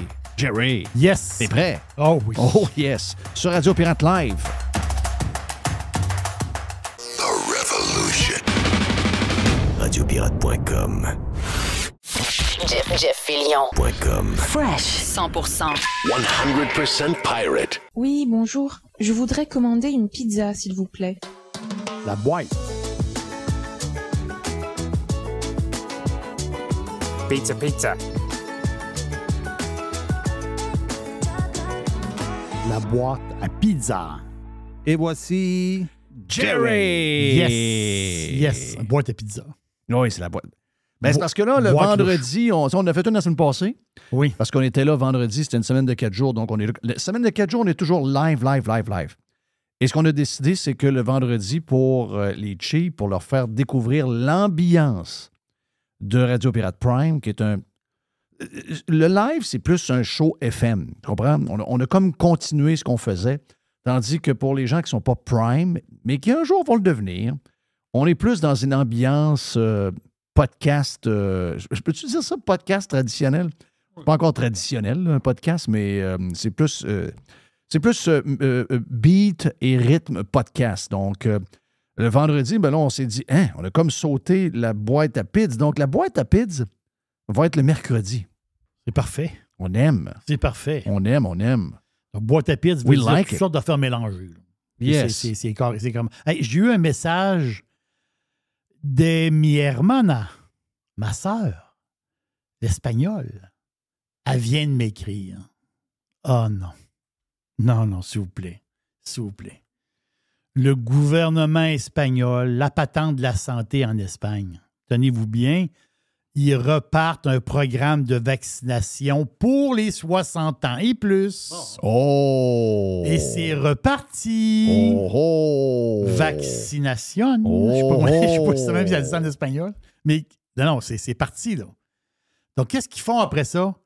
Les 60 ans et plus. Là, c'est pour l'automne. Il n'y a pas beaucoup d'automne là-bas. Mais c'est pour l'automne. Là, après ça, ça va être pour les 50 ans et plus.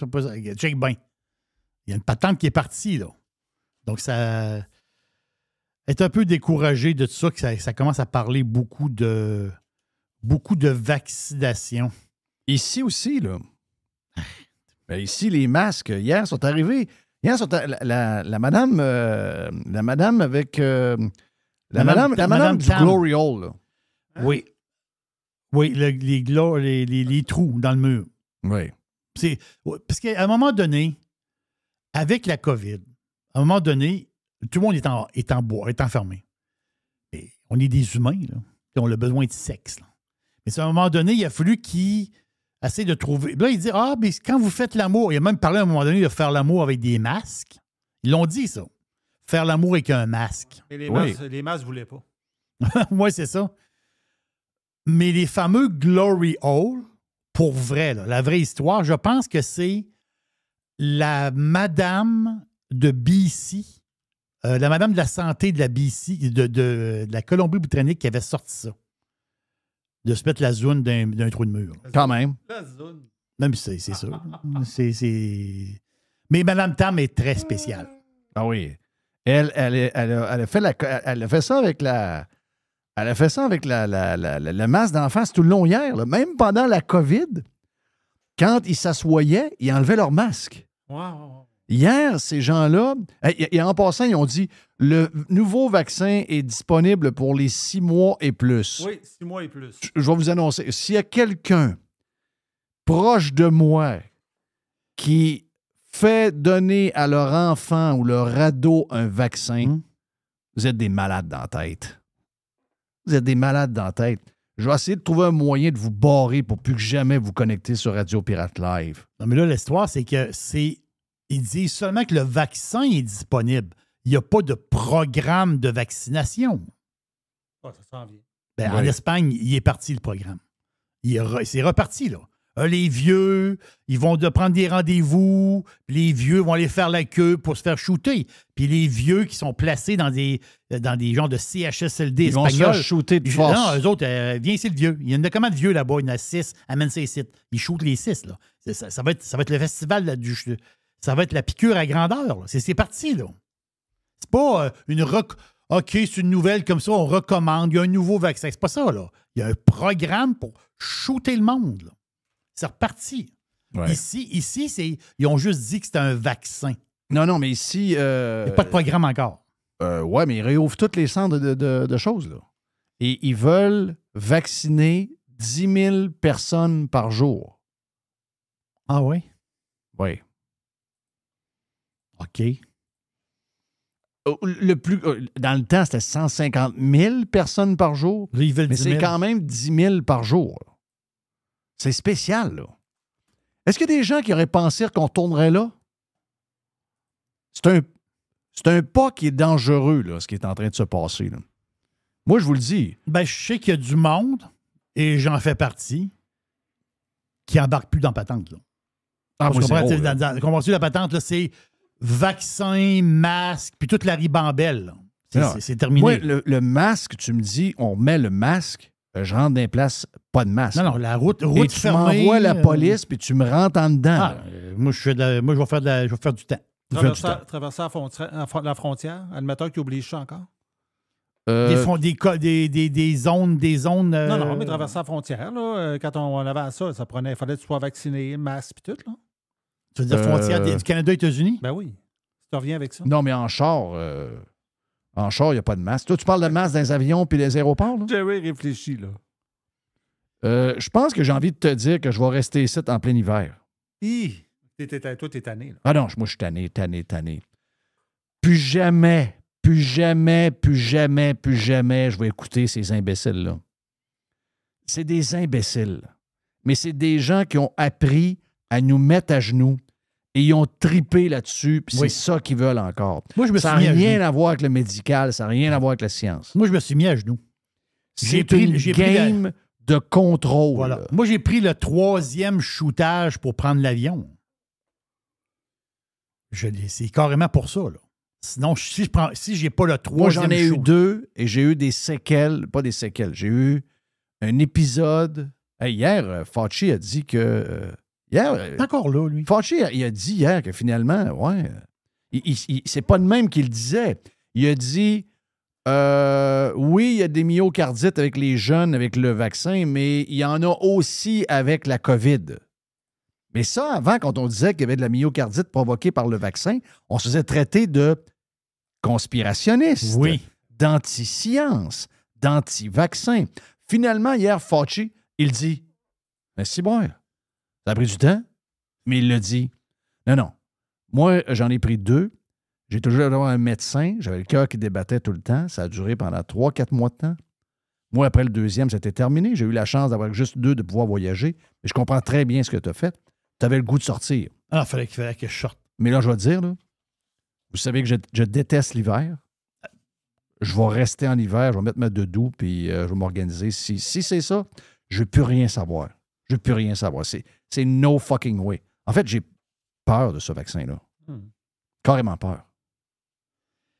Le gouvernement Trudeau, Jeff, ça, c'est quelque chose que pas. C'est sûr que le montant d'argent, c'est un montant d'argent qui est gros pour nous autres. 9,5 millions. Pour les gouvernements, 9,5 millions, c'est une crotte de nez, là. Mais quand même, c'est le début de quelque chose. C'est la première fois que ça arrive. Il y a eu une subvention du gouvernement du Canada, Trudeau, on va voir, sur l'innovation nourriture. Autrement dit, les bibites, les criquettes. Ils ont donné des subventions à des compagnies, je pense que c'est 2 compagnies canadiennes spécialisées dans le cricket. Farine et bibites. Donc, il y a un genre de, je peux dire, quand tu donnes une subvention, il y a un genre de programme, d'une manière. Incitation. Donc là, c'est commencé, là. Le gouvernement, quand tu donnes une subvention, c'est que tu veux quelque chose. Tu veux que ça accélère. Le gouvernement veut accélérer la patente à cricket. Là, tu vas dire, c'est de la conspiration. Non. C'est des vraies compagnies qui existent, là. Ils ont des fermes. Le mot ferme est... Dans notre tête, une ferme, c'est des bœufs avec une grange. Non, c'est pas ça, là. Ils ont des locaux et ils font l'élevage de bibites là, pour en faire de la farine puis des affaires de même. Eux autres, ils ont reçu une subvention du gouvernement, là. Watch out dans les prochaines années. Watch out. Quand j'étais petit, il y avait des bébites dans la farine, on l'achetait. On la mangeait pas, là. Non, oui, mais là, c'est des... C'est parti, là. Non, c'est parti. Les subventions sont parties. Ouais. C'est le début de quelque chose. C'est la première fois que ça arrive. C'est une première. Subvention aux bébites. Hey, l'histoire, là, ça, c'est Mr. Wild qui m'a amené ça. L'histoire de la madame, je ne sais pas où est-ce qu'elle est exactement, c'est une patente Facebook ou... Elle fait une comparaison entre... On aime ça, les affaires de prix, là. Comparaison entre le Dollarama et une épicerie sur certains items. Et sacrement. Attends un peu. J'ai vu, moi, un ketchup. Ketchup Heinz. Ketchup Heinz organique. Tu sais, Heinz, ils ont comme le organique, là, l'étiquette avec du vert, là. Rouge et vert. Là. Organique, donc c'est un ketchup bio. Là. Donc, 3,25, on parle du 750 millilitres ici. Là. Oui, même format. C'est le même format. C'est pas, tu dis, parce que encore, sur certains produits, le Dollarama ont des formats un peu différents, des fois un peu plus petits ou des affaires. Non, là, c'est la même bouteille. 3,25 $, 9,45 supermarché. C'est IGA. Bon.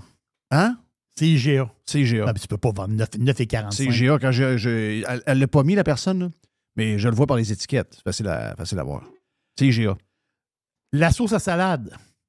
Pas la mayonnaise. L'American Whip. Pas mangeable. Non, c'est pas... Faut pas manger ça. Moi, je suis pas un gars difficile, ça veut dire. Mais ça, c'est... Non, ça, tu manges du synthétique. C'est pas comestible. Non. C'est de l'huile émulsionnée. Oui. Gâtez-vous avec de la mayonnaise. Là. C'est-à-dire, mets à la pièce. Mets-la à la pièce. Là. Non, ça, c'est de la méchante marde. Ça, c'est pas mangeable. J'ai l'impression de manger un genre de... Je sais pas, un genre de mélange de peinture. C'est acide. La peinture. Non, c'est ça. Tu manges de la peinture. Comme il y avait sur la route à Montréal. Ça veut dire la peinture blanche. Miracle Whip, 3 piastres. Ah, tu le dis, c'est meilleur. 6,29. Vinaigrette, 3 piastres. 4,99. Le beurre d'arachide, 500 grammes. 3,50. 5,99. Ça frappe, là. Puis ça, c'est sur des items. Je comprends que... Il y a des GA qui ferment, Jerry. Ah ouais? Ah oui, le GA à la Pocatière a fermé. Ils ferment là. Ils ont annoncé. Fermé, on n'est plus capable. Les IGA, oubliez ça, là. Les IGA dans les places un peu plus fortunées. Tu sais, je suis allé au IGA des Sources en fin de semaine. Christy, beau magasin, là. C'est beau. C'est très beau, là. C'est écœurant, là. J'ai pris mes steaks là parce qu'ils étaient en spécial. Je vais faire de la morale par mon boucher, mais c'est un beau magasin. Oui. Là. Mais ma blonde était dans les fruits et légumes, elle a voulu prendre une coupe d'affaires. Elle dit, c'est pas ici que ça va se passer. Elle dit, on va aller au panier extra, ça presse. Elle dit, je peux pas ramasser, même si j'ai 2-3 petites affaires, ça n'a pas de bon sens. Elle dit, juge le monde que le panier est plein. Il y en a qui ne regardent pas ça. Je sais pas, il y en a qui sont plus riches. Je regarde. Tant mieux pour eux autres. Bravo. Mais Jeff, mais là, c'est un Là, c'est plus être riche. Là, c'est vous êtes cave. Oui, si tu achètes une bouteille de ketchup chez Dollarama, je veux pas aller au Dollarama, c'est pas bon pour mon image. OK. Mais je veux dire, tu es quand même en train de te faire fourrer de 6 piastres. Ouais, mais ça me dérange pas l'argent. Ouais, mais c'est plus une question d'être riche, c'est que là, t'es cave. C'est quoi la différence? C'est quasiment 6 piastres pour un item? Là? C'est 6 piastres et plus que ça. C'est 6 piastres 29. Pour un item? Pour un item, la même bouteille. C'est du ketchup? Là? je fais un chiffron, là. T'achètes 4 items. Une bouteille de ketchup, un Miracle Whip, une vinaigrette, puis un beurre d'arachide. T'as 4 items, là. C'est 13 piastres de différence. Il y a un 13, juste là. Ah, moi, je regarde pas ça. Et puis, j'ai de l'argent. C'est 13 piastres. Je travaille pour le gouvernement. C'est bien pauvre. Des fois, ils vont. Oui. Quelqu'un qui va te... Ouais, mais ça, il n'y en a plus qui me disent ça. Non? Non, ça, OK. avant, là. Ah, toi, Jeff, on sait que tu checkes les Publisac. Ben oui, Chris, je check les Publisac. Je calcule qu'en faisant ça, puis en allant chez Panier Extra, on sauve à peu près 1200-1300 piastres par année. J'ai pas le moyen de partir, moi. Ça me permet d'acheter un billet d'avion de plus, peut-être, ou 2. Ouais, moi, je regarde pas ça. Ben, tu regardes pas. Eux autres disent plus ça aujourd'hui. C'est eux autres maintenant qui parlent. Ah, à cette heure, je vais plus. À cette heure, je vais tel plan, je vais chez Walmart, je vais. Ouais. Ouais, c'est fini leur affaire, là. Ça fait, il y en a plus. Mais il y en a encore qui sont de même. Tant mieux pour eux autres. Eux autres, c'est sûr qu'ils vont être capables de se payer. Si eux autres, l'argent, ça ne les dérange pas, ils vont être à l'aise pour acheter un téléphone à. Regarde, je vais te donner un exemple. Si quelqu'un te vend un cabanon, Oui. un Christ de cabanon, il te vend un cabanon, il y a un cabanon, et lui, il fait des cabanons. Il te vend un cabanon de 8 par 12. 5800 piastres. Bon, avec son temps, tout, là, la vérité, c'est coûté 3000. 3005. Et lui, vu qu'il vient de te fourrer de 4000 piastres, aller chercher une bouteille de ketchup à 9 piastres, peut-être qu'il se sent pas mal. Lui, il a se fait fourrer par le gars d'IGA. Il vient d'en fourrer un pour 3000. Bon, je comprends. Tu comprends-tu ça, madame? Bon, oui, c'est ça. Un fourre l'autre, puis l'autre fourre l'autre. Mais à un moment donné, on va arrêter de se fourrer. Ben, moi, je fourre personne, puis je veux pas me faire fourrer. C'est ça. 2700 piastres pour un téléphone, c'est cher? Ben là. Ben, 2700 piastres? Attends un peu. Là. Pas 1700. 2700. Parce qu'Apple a sorti le nouveau téléphone, iPhone 15. Je suis allé au maximum. C'est un clin d'œil, Jeff. C'est un clin d'œil. T'as mis le full gig, tout à patente. Voilà, j'ai pris l'iPhone Max, Pro Max. Le Pro Max, OK? 1 terabyte. Tu vas dire, Jerry, tu peux prendre 2. Non, je vais au maximum. On s'amuse. Là. Pro Max, 1 terabyte, il était 2349. Plus les taxes, 353 piastres. C'est 2700 piastres canadiens. Bonjour. On approche le 3000, pareil. Incroyable. Pour un téléphone, on l'approche tranquillement, pas vite. C'est quand même pas vite. On peut prendre plus petit. Je le sais.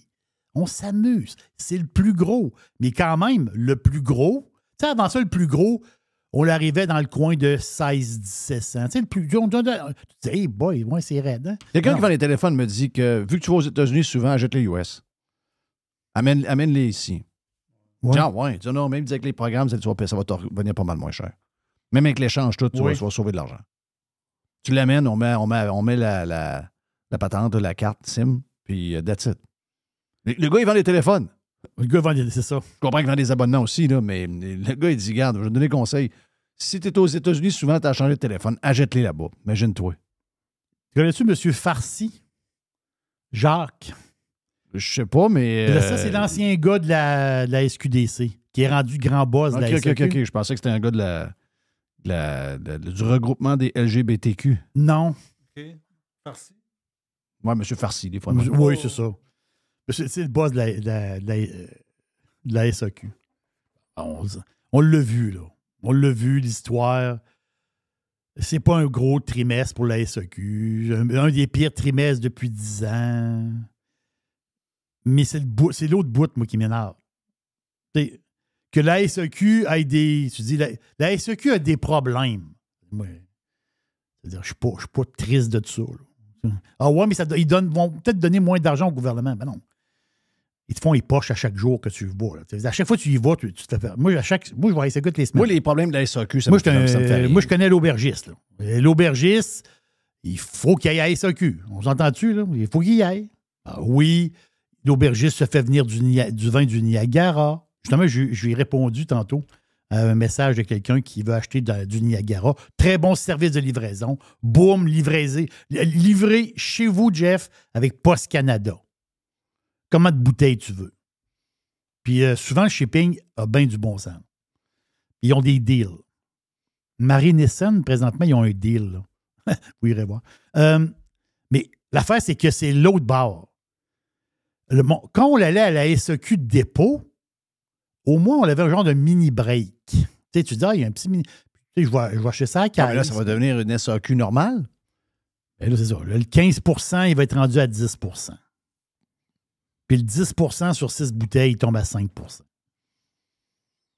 Ça, c'est sûr que moi, j'en suis convaincu. Dans 1 an, la SAQ Dépôt, ça va s'appeler SAQ Dépôt. Ça va se terminer là. Hey, j'achète une bouteille ou 30 bouteilles. Tu sais, non, il n'y a pas de deal. On s'en va là. Ça, c'est sûr qu'on s'en va là. L'achat en quantité. Incroyable. Incroyable. Ils sont dégueulasses. Ils donnent aucun break. Ils ont toujours la main dans les poches en train de vouloir nous crosser. La main on n'a jamais de break. Maudite gang de salauds. Après ça, vous demandez pourquoi on vous haït. Oui. Parce que la caisse, là, okay, la caisse est dans la tablette. Elle est dans l'entrepôt, puis tu mets la caisse, là, elle s'en va de l'entrepôt, puis elle va dans une autre entrepôt où il y a du monde qui peuvent marcher dedans. La manutention est au minimum. Là. On s'entend-tu? Ça veut dire, tu es déjà dans l'entrepôt. C'est les palettes. C'est une palette. Il n'y a pas un gars qui classe les bouteilles, cling, cling, cling, cling, cling, qui met droite dans ta tablette. C'est pas ça. Ils mettent des caisses là, puis tu te sers dedans. Fais-moi un deal, là. Pas de deal. Puis, by the way, j'en ai parlé un matin, mais la SAQ sont dû mettre des caisses. Rapides. Non, des caisses automatiques, là, tout seul. C'est là qu'il faut que tu sois, là. Tu sais, il y a beaucoup de clients qui rentrent à SAQ. Tu sais, pour la petite bouteille, je sais qu'ils vont enlever les frigidaires. Puis ça prend beaucoup de courant. C'est pour la faire green ou c'est pour le courant? Tu sais, quand ils vont enlever les frigidaires dans les SAQ, là, quel move cave. Ça c'est un des moves les plus caves que pas. Non, mais c'est des caves. Tu vends du vin blanc, puis tu vas être en plein été, tu dis, hey, ah oui, c'est vrai, je finis de travailler, je vais me ramasser une bouteille de blanc pour faire ça. Ils sont tout seuls? Hein? Parce qu'ils sont tout seuls? Non, mais ils disent que c'est green d'enlever les frigidaires. Ah, des malades en tête. Des innocents. Des innocents. C'est pas pour la grénitude. Alors, des innocents. Des innocents. Combien de degrés ça va changer d'enlever les frigidaires? Combien de degrés ça boule, ça va changer? Va-tu avoir moins de 6, moins de... Arrête. C'est des malades dans la tête. On est entouré de cinglés. Pas compliqué, là. Vends-moi au prix que tu le vends, je peux-tu avoir une bouteille de froid? Oui. Non. Dernière vite. Gisèle Brunchen. Brunchen? Gisèle. La fille de yoga. C'est-tu une fille? Elle vient-tu de Rio, elle? Rio de Janeiro? Je sais pas. Elle est brésilienne. Peut-être qu'elle vient de Sao Paulo. Oui, peut-être Sao Paulo. Gisèle. Elle vient de s'acheter une nouvelle maison. Oh! Toi, tu connais bien FLL? Oui. Fort Lauderdale. Ben d'ailleurs, Messi s'est acheté une maison hier. Bien oui. Sur le bord des canaux. Sur le bord des canaux. À FLL. Ça doit être petit. C'est assez grosse. 10 millions quelque chose. Il y en a des plus grosses, mais tu vois qu'il est capable de s'en payer des pas pires. Quand tu rentres d'Inter, c'est Pembroke Pines. J'ai resté là. J'ai une maison là. C'est incroyable. Tu as demeuré là. Tu connais très bien la place. Ben oui. Moi, je suis arrivé là, il y avait des vaches, là. Oui. Mais est-ce que ça existait? Il n'y a plus de place pour mettre des vaches. Est-ce que ça existait dans ton temps? Ils appellent ça Southwest Ranches. Oui, je sais c'est où. Oui, c'est des grands ranchs. Des grands ranchs, là. Oui, je sais exactement c'est où. Oui. À l'ouest. On est complètement à l'ouest. Pembroke Pines, c'est à l'ouest. C'est ça. Moi, là, quand l'avion ValueJet est tombé, j'étais en train de faire mon gazon. OK. OK? Je suis parti avec mon char, je me suis rendu au bout de Pembroke Pines Boulevard. À un moment donné, ça arrête, là, il y a une fin. Là. Pourquoi il y a une fin? C'est les Everglades. C'est 2 kilomètres plus loin de chez nous. Là.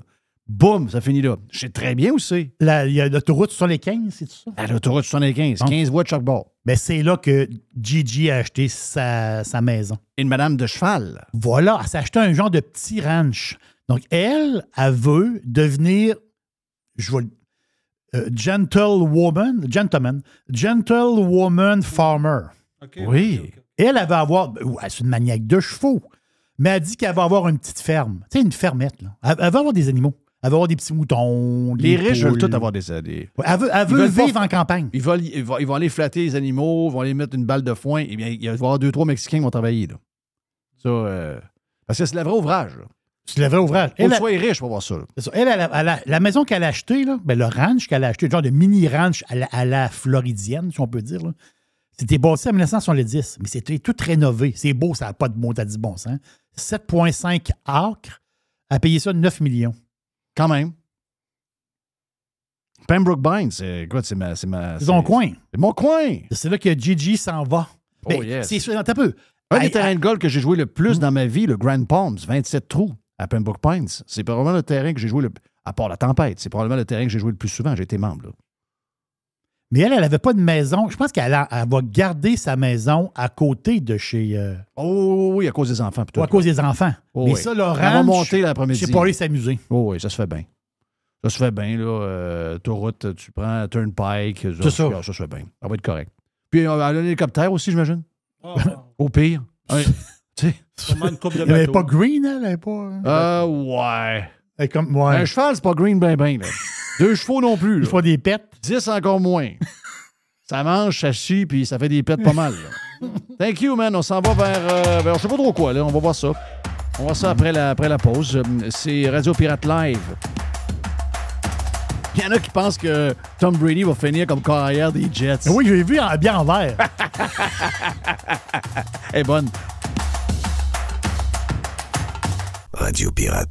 Do you like it? Yeah. RadioPirate.com. Enfin. Pirater, c'est légal. RadioPirate.com. La poubelle à Jeff. La poubelle à Jeff. La poubelle à Jeff. Oh yes. On connaît Biz.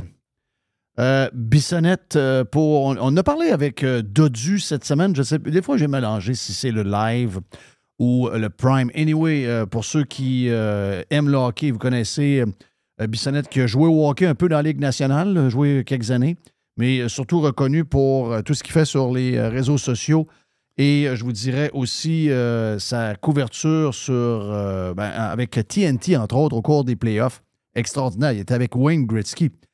Et il a un podcast. En tout cas, le podcast où il était, c'est un podcast reconnu dans le domaine du hockey. C'est, en tout cas, regarde, pour les gens qui ont suivi l'histoire, c'est qu'ils ont planté Babcock, l'ancien coach de Détroit et des Maple Leafs.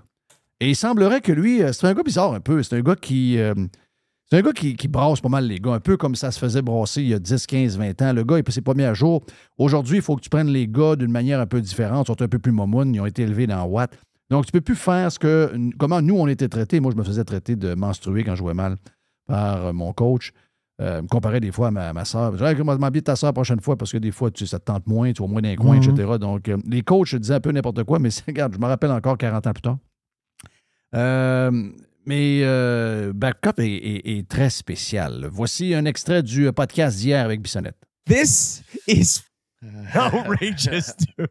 I get a text from a player. He goes, have you heard what Babcock is up to again? And I'm like, no. So he gets to Columbus, and one of the first things he does is he calls in Boone Jenner, the captain of the team, and he says, let me see the photos in your phone. I want to know the type of person you are. What the is going on? Is that even legal? It feels like it's totally illegal. Get him on the podcast to grill him about his antics as a head coach. Like, worry about the forecheck. Worry about your your personnel. Worry about getting the power play humming at an alarming rate so you might have a chicken dick's chance of sneaking in a wild card spot. Why do you want to see throbbing dick pics from your captain on his iPhone? I don't understand this. By the way, if I was going into one of these meetings having heard all these stories prior, I'm putting on like Rocky quotes on my photos. Oh, yeah. I'm putting on like my workout routine. Oh, yeah. You know what I would put on my phone? I'd be standing here in this chair with my bin staring him right in the eye with me holding my legs like this. What's wrong with this guy? Now, I hope this story is true because then we look like real big idiots, but I think that Mike Babcock should come on this podcast and clear the air as to why he wants to see Pierce Nipples from Instagram thoughts in his players' phones. Wow. Et là, ben, la direction du club a été obligée de réagir hier et Babcock lui-même a été obligé de réagir en disant non, je demande aux gars, je veux voir leur famille, je veux voir leur affaire, je veux voir les quel type connaître, de monde que je veux voir c'est quel ça, type de monde qu'ils sont. Et là, de l'autre côté, ben, Bissonnette doit se défendre. Il est obligé de mettre, je pense que c'est ce matin qu'il l'a mis, il a mis une capture, un screenshot du texto qu'il a reçu initialement. Là, les gens disent t'as peu le texto, ça doit être tel gars qui joue à Toronto, ça doit être là, ils font des liens, essaient de trouver c'est quoi. Mais il n'a pas coaché encore une game à Columbus. Mais on se demande s'il va se rendre jusque-là. Regarde, la vieille génération est en train de se faire brasser, pas à peu près, on va dire. Il y a des affaires qui se faisaient avant, qui se font plus aujourd'hui. Mais avouez que c'est un peu weird. T'sais, je veux voir tes photos dans ton téléphone. What, dire comme Bissonnette, what the fuck is that? Montre-moi je veux te connaître un peu plus. Je veux connaître qui t'es. Montre-moi ta photo. Montre-moi tes photos dans ton téléphone. C'est quand même un peu spécial. Sur le podcast Spitting Chiclets. Oui, exact. Très populaire. Très, très, très, très populaire. Je veux des petites affaires de même, vu qu'on est dans la poubelle. Je défile quelques affaires. Anyway, il nous reste 5-6 minutes parce qu'on a été très indisciplinés le reste du temps, donc on fait ça le plus vite possible. Hélène Buzuti, qui travaille pour le journal Le Devoir. Buzuti. Hélène. Elle trouve ça bien dégueulasse de voir que Poilièvre a pris le micro dans un avion, puis a parlé, puis là, a dit « J'imagine la réaction si ça avait été un discours souverainiste prononcé par un chef péquiste. La compagnie aérienne aurait-elle accepté? » Mais le plus drôle, c'est que je pense que c'est mon chum Mad, en direct du Grand Nord québécois, le Mad Pharmacist, qui a envoyé une vidéo d'il y a à peine un an où Justin Trudeau fait exactement la même chose dans le TTC. Donc, je pense que c'est le train de Toronto, j'imagine, où il fait exactement la même chose que Poilievre. Et savez-vous quoi? Essayez de trouver un tweet ou quelqu'un qui dénonce Trudeau et vous n'aurez aucun commentaire négatif. Au contraire, c'est donc bien peuple, c'est donc bien cute. C'est un gars sympathique, il parle au monde. Oui, il est proche du monde. Beau, il est vraiment incroyable. Autres affaires, tu peux voir, je vais vous défiler les petites affaires que j'ai rapidement de même. Qu'est-ce qui se passe ici? Oh, Éric Lapointe, t'en as parlé, hein? T'en as parlé dans l'ouverture. On a-tu parlé sur live? Anyway, c'est Éric Lapointe. C'est juste que je trouve ça bizarre qu'on me tienne au courant de la vie amoureuse de Éric Lapointe. Il se sépare, il est ici, il est ça. Regarde, Éric Lapointe, je ne sais pas pourquoi on s'intéresse à Éric Lapointe. C'est notre Elvis, on dirait. On dirait qu'on le voit dépérir devant nos yeux. Finalement, son histoire m'intéresse 0. Vous savez que sur les réseaux sociaux, on trouve, je défile vite, là, comme je dis, on trouve beaucoup de choses qui arrivent de la France. J'ai tombé sur une vidéo ce matin de Sarkozy sur un panel qui parle de la guerre en Ukraine, puis de l'influence américaine, puis toute la patente, puis qui y va. Tu sais, des choses qu'on n'entend pas ici, 0. La profondeur de la discussion, la profondeur de l'explication, jusqu'où ils vont. C'est des affaires au Québec qu'on connaît 0. C'est triste, mais Sarkozy l'explique. Puis il y a d'autres affaires aussi qu'on trouve qui viennent de la France. Tu sais, je vous disais tantôt concernant les masques, concernant tout ce qu'on a vécu, puis comment on a été brainwashé, puis comment, en ce moment, on donne toute la place, encore une fois, aux politiciens pour faire ce qu'ils veulent sur à peu près tous les sujets. Content de voir que certains se réveillent et les brassent et les shake sur les réseaux sociaux parce qu'ils le méritent. Ces gens-là se foutent de votre gueule. C'est des gens qui vous ont manipulé, qui vous ont contrôlé, qui vous ont mis à genoux.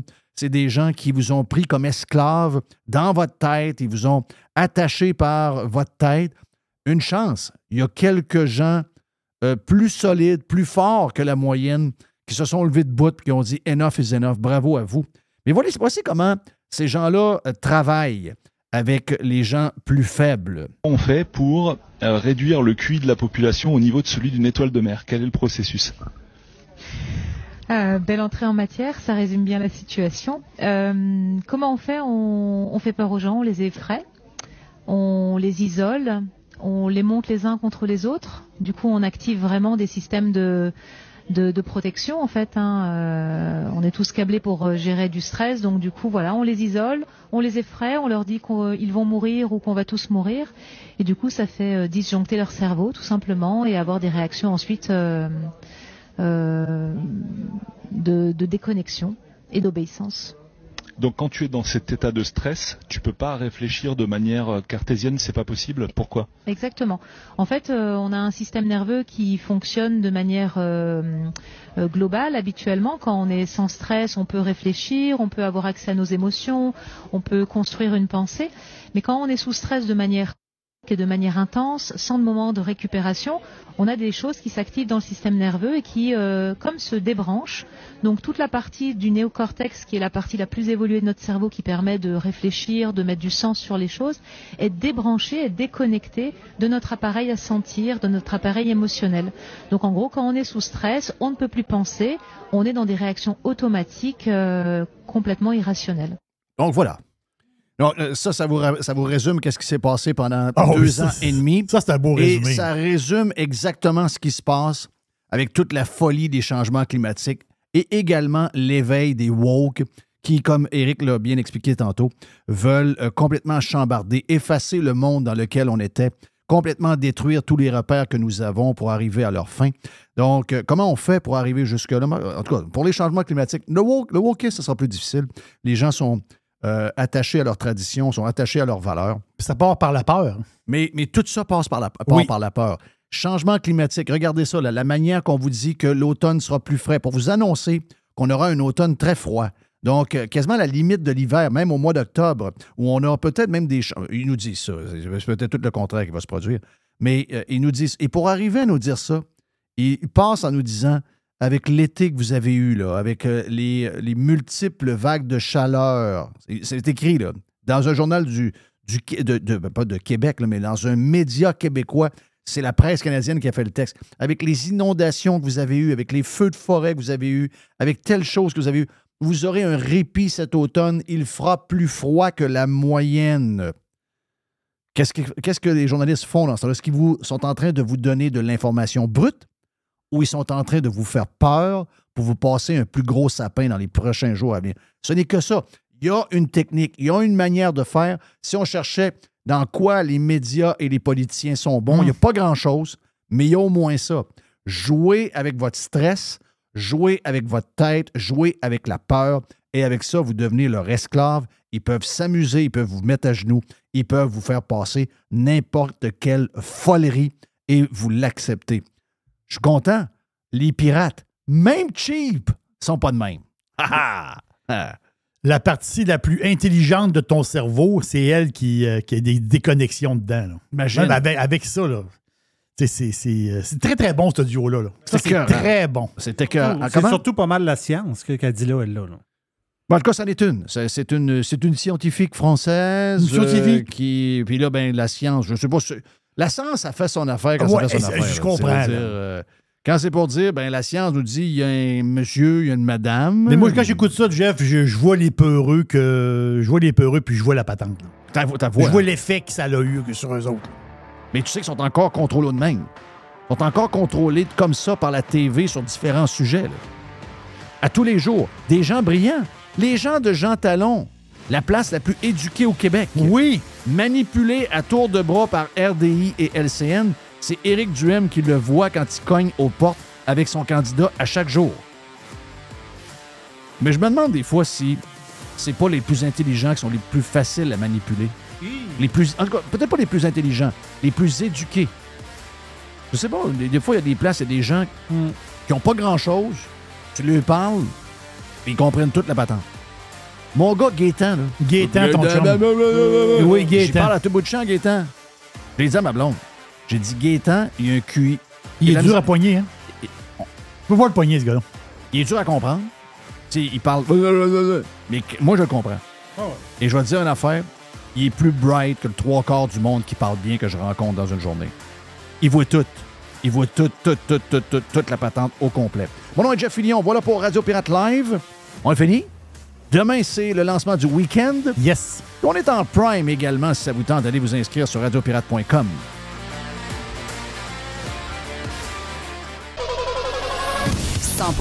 Pirate. Pirate. Radio Pirate. Pirate. RadioPirate.com.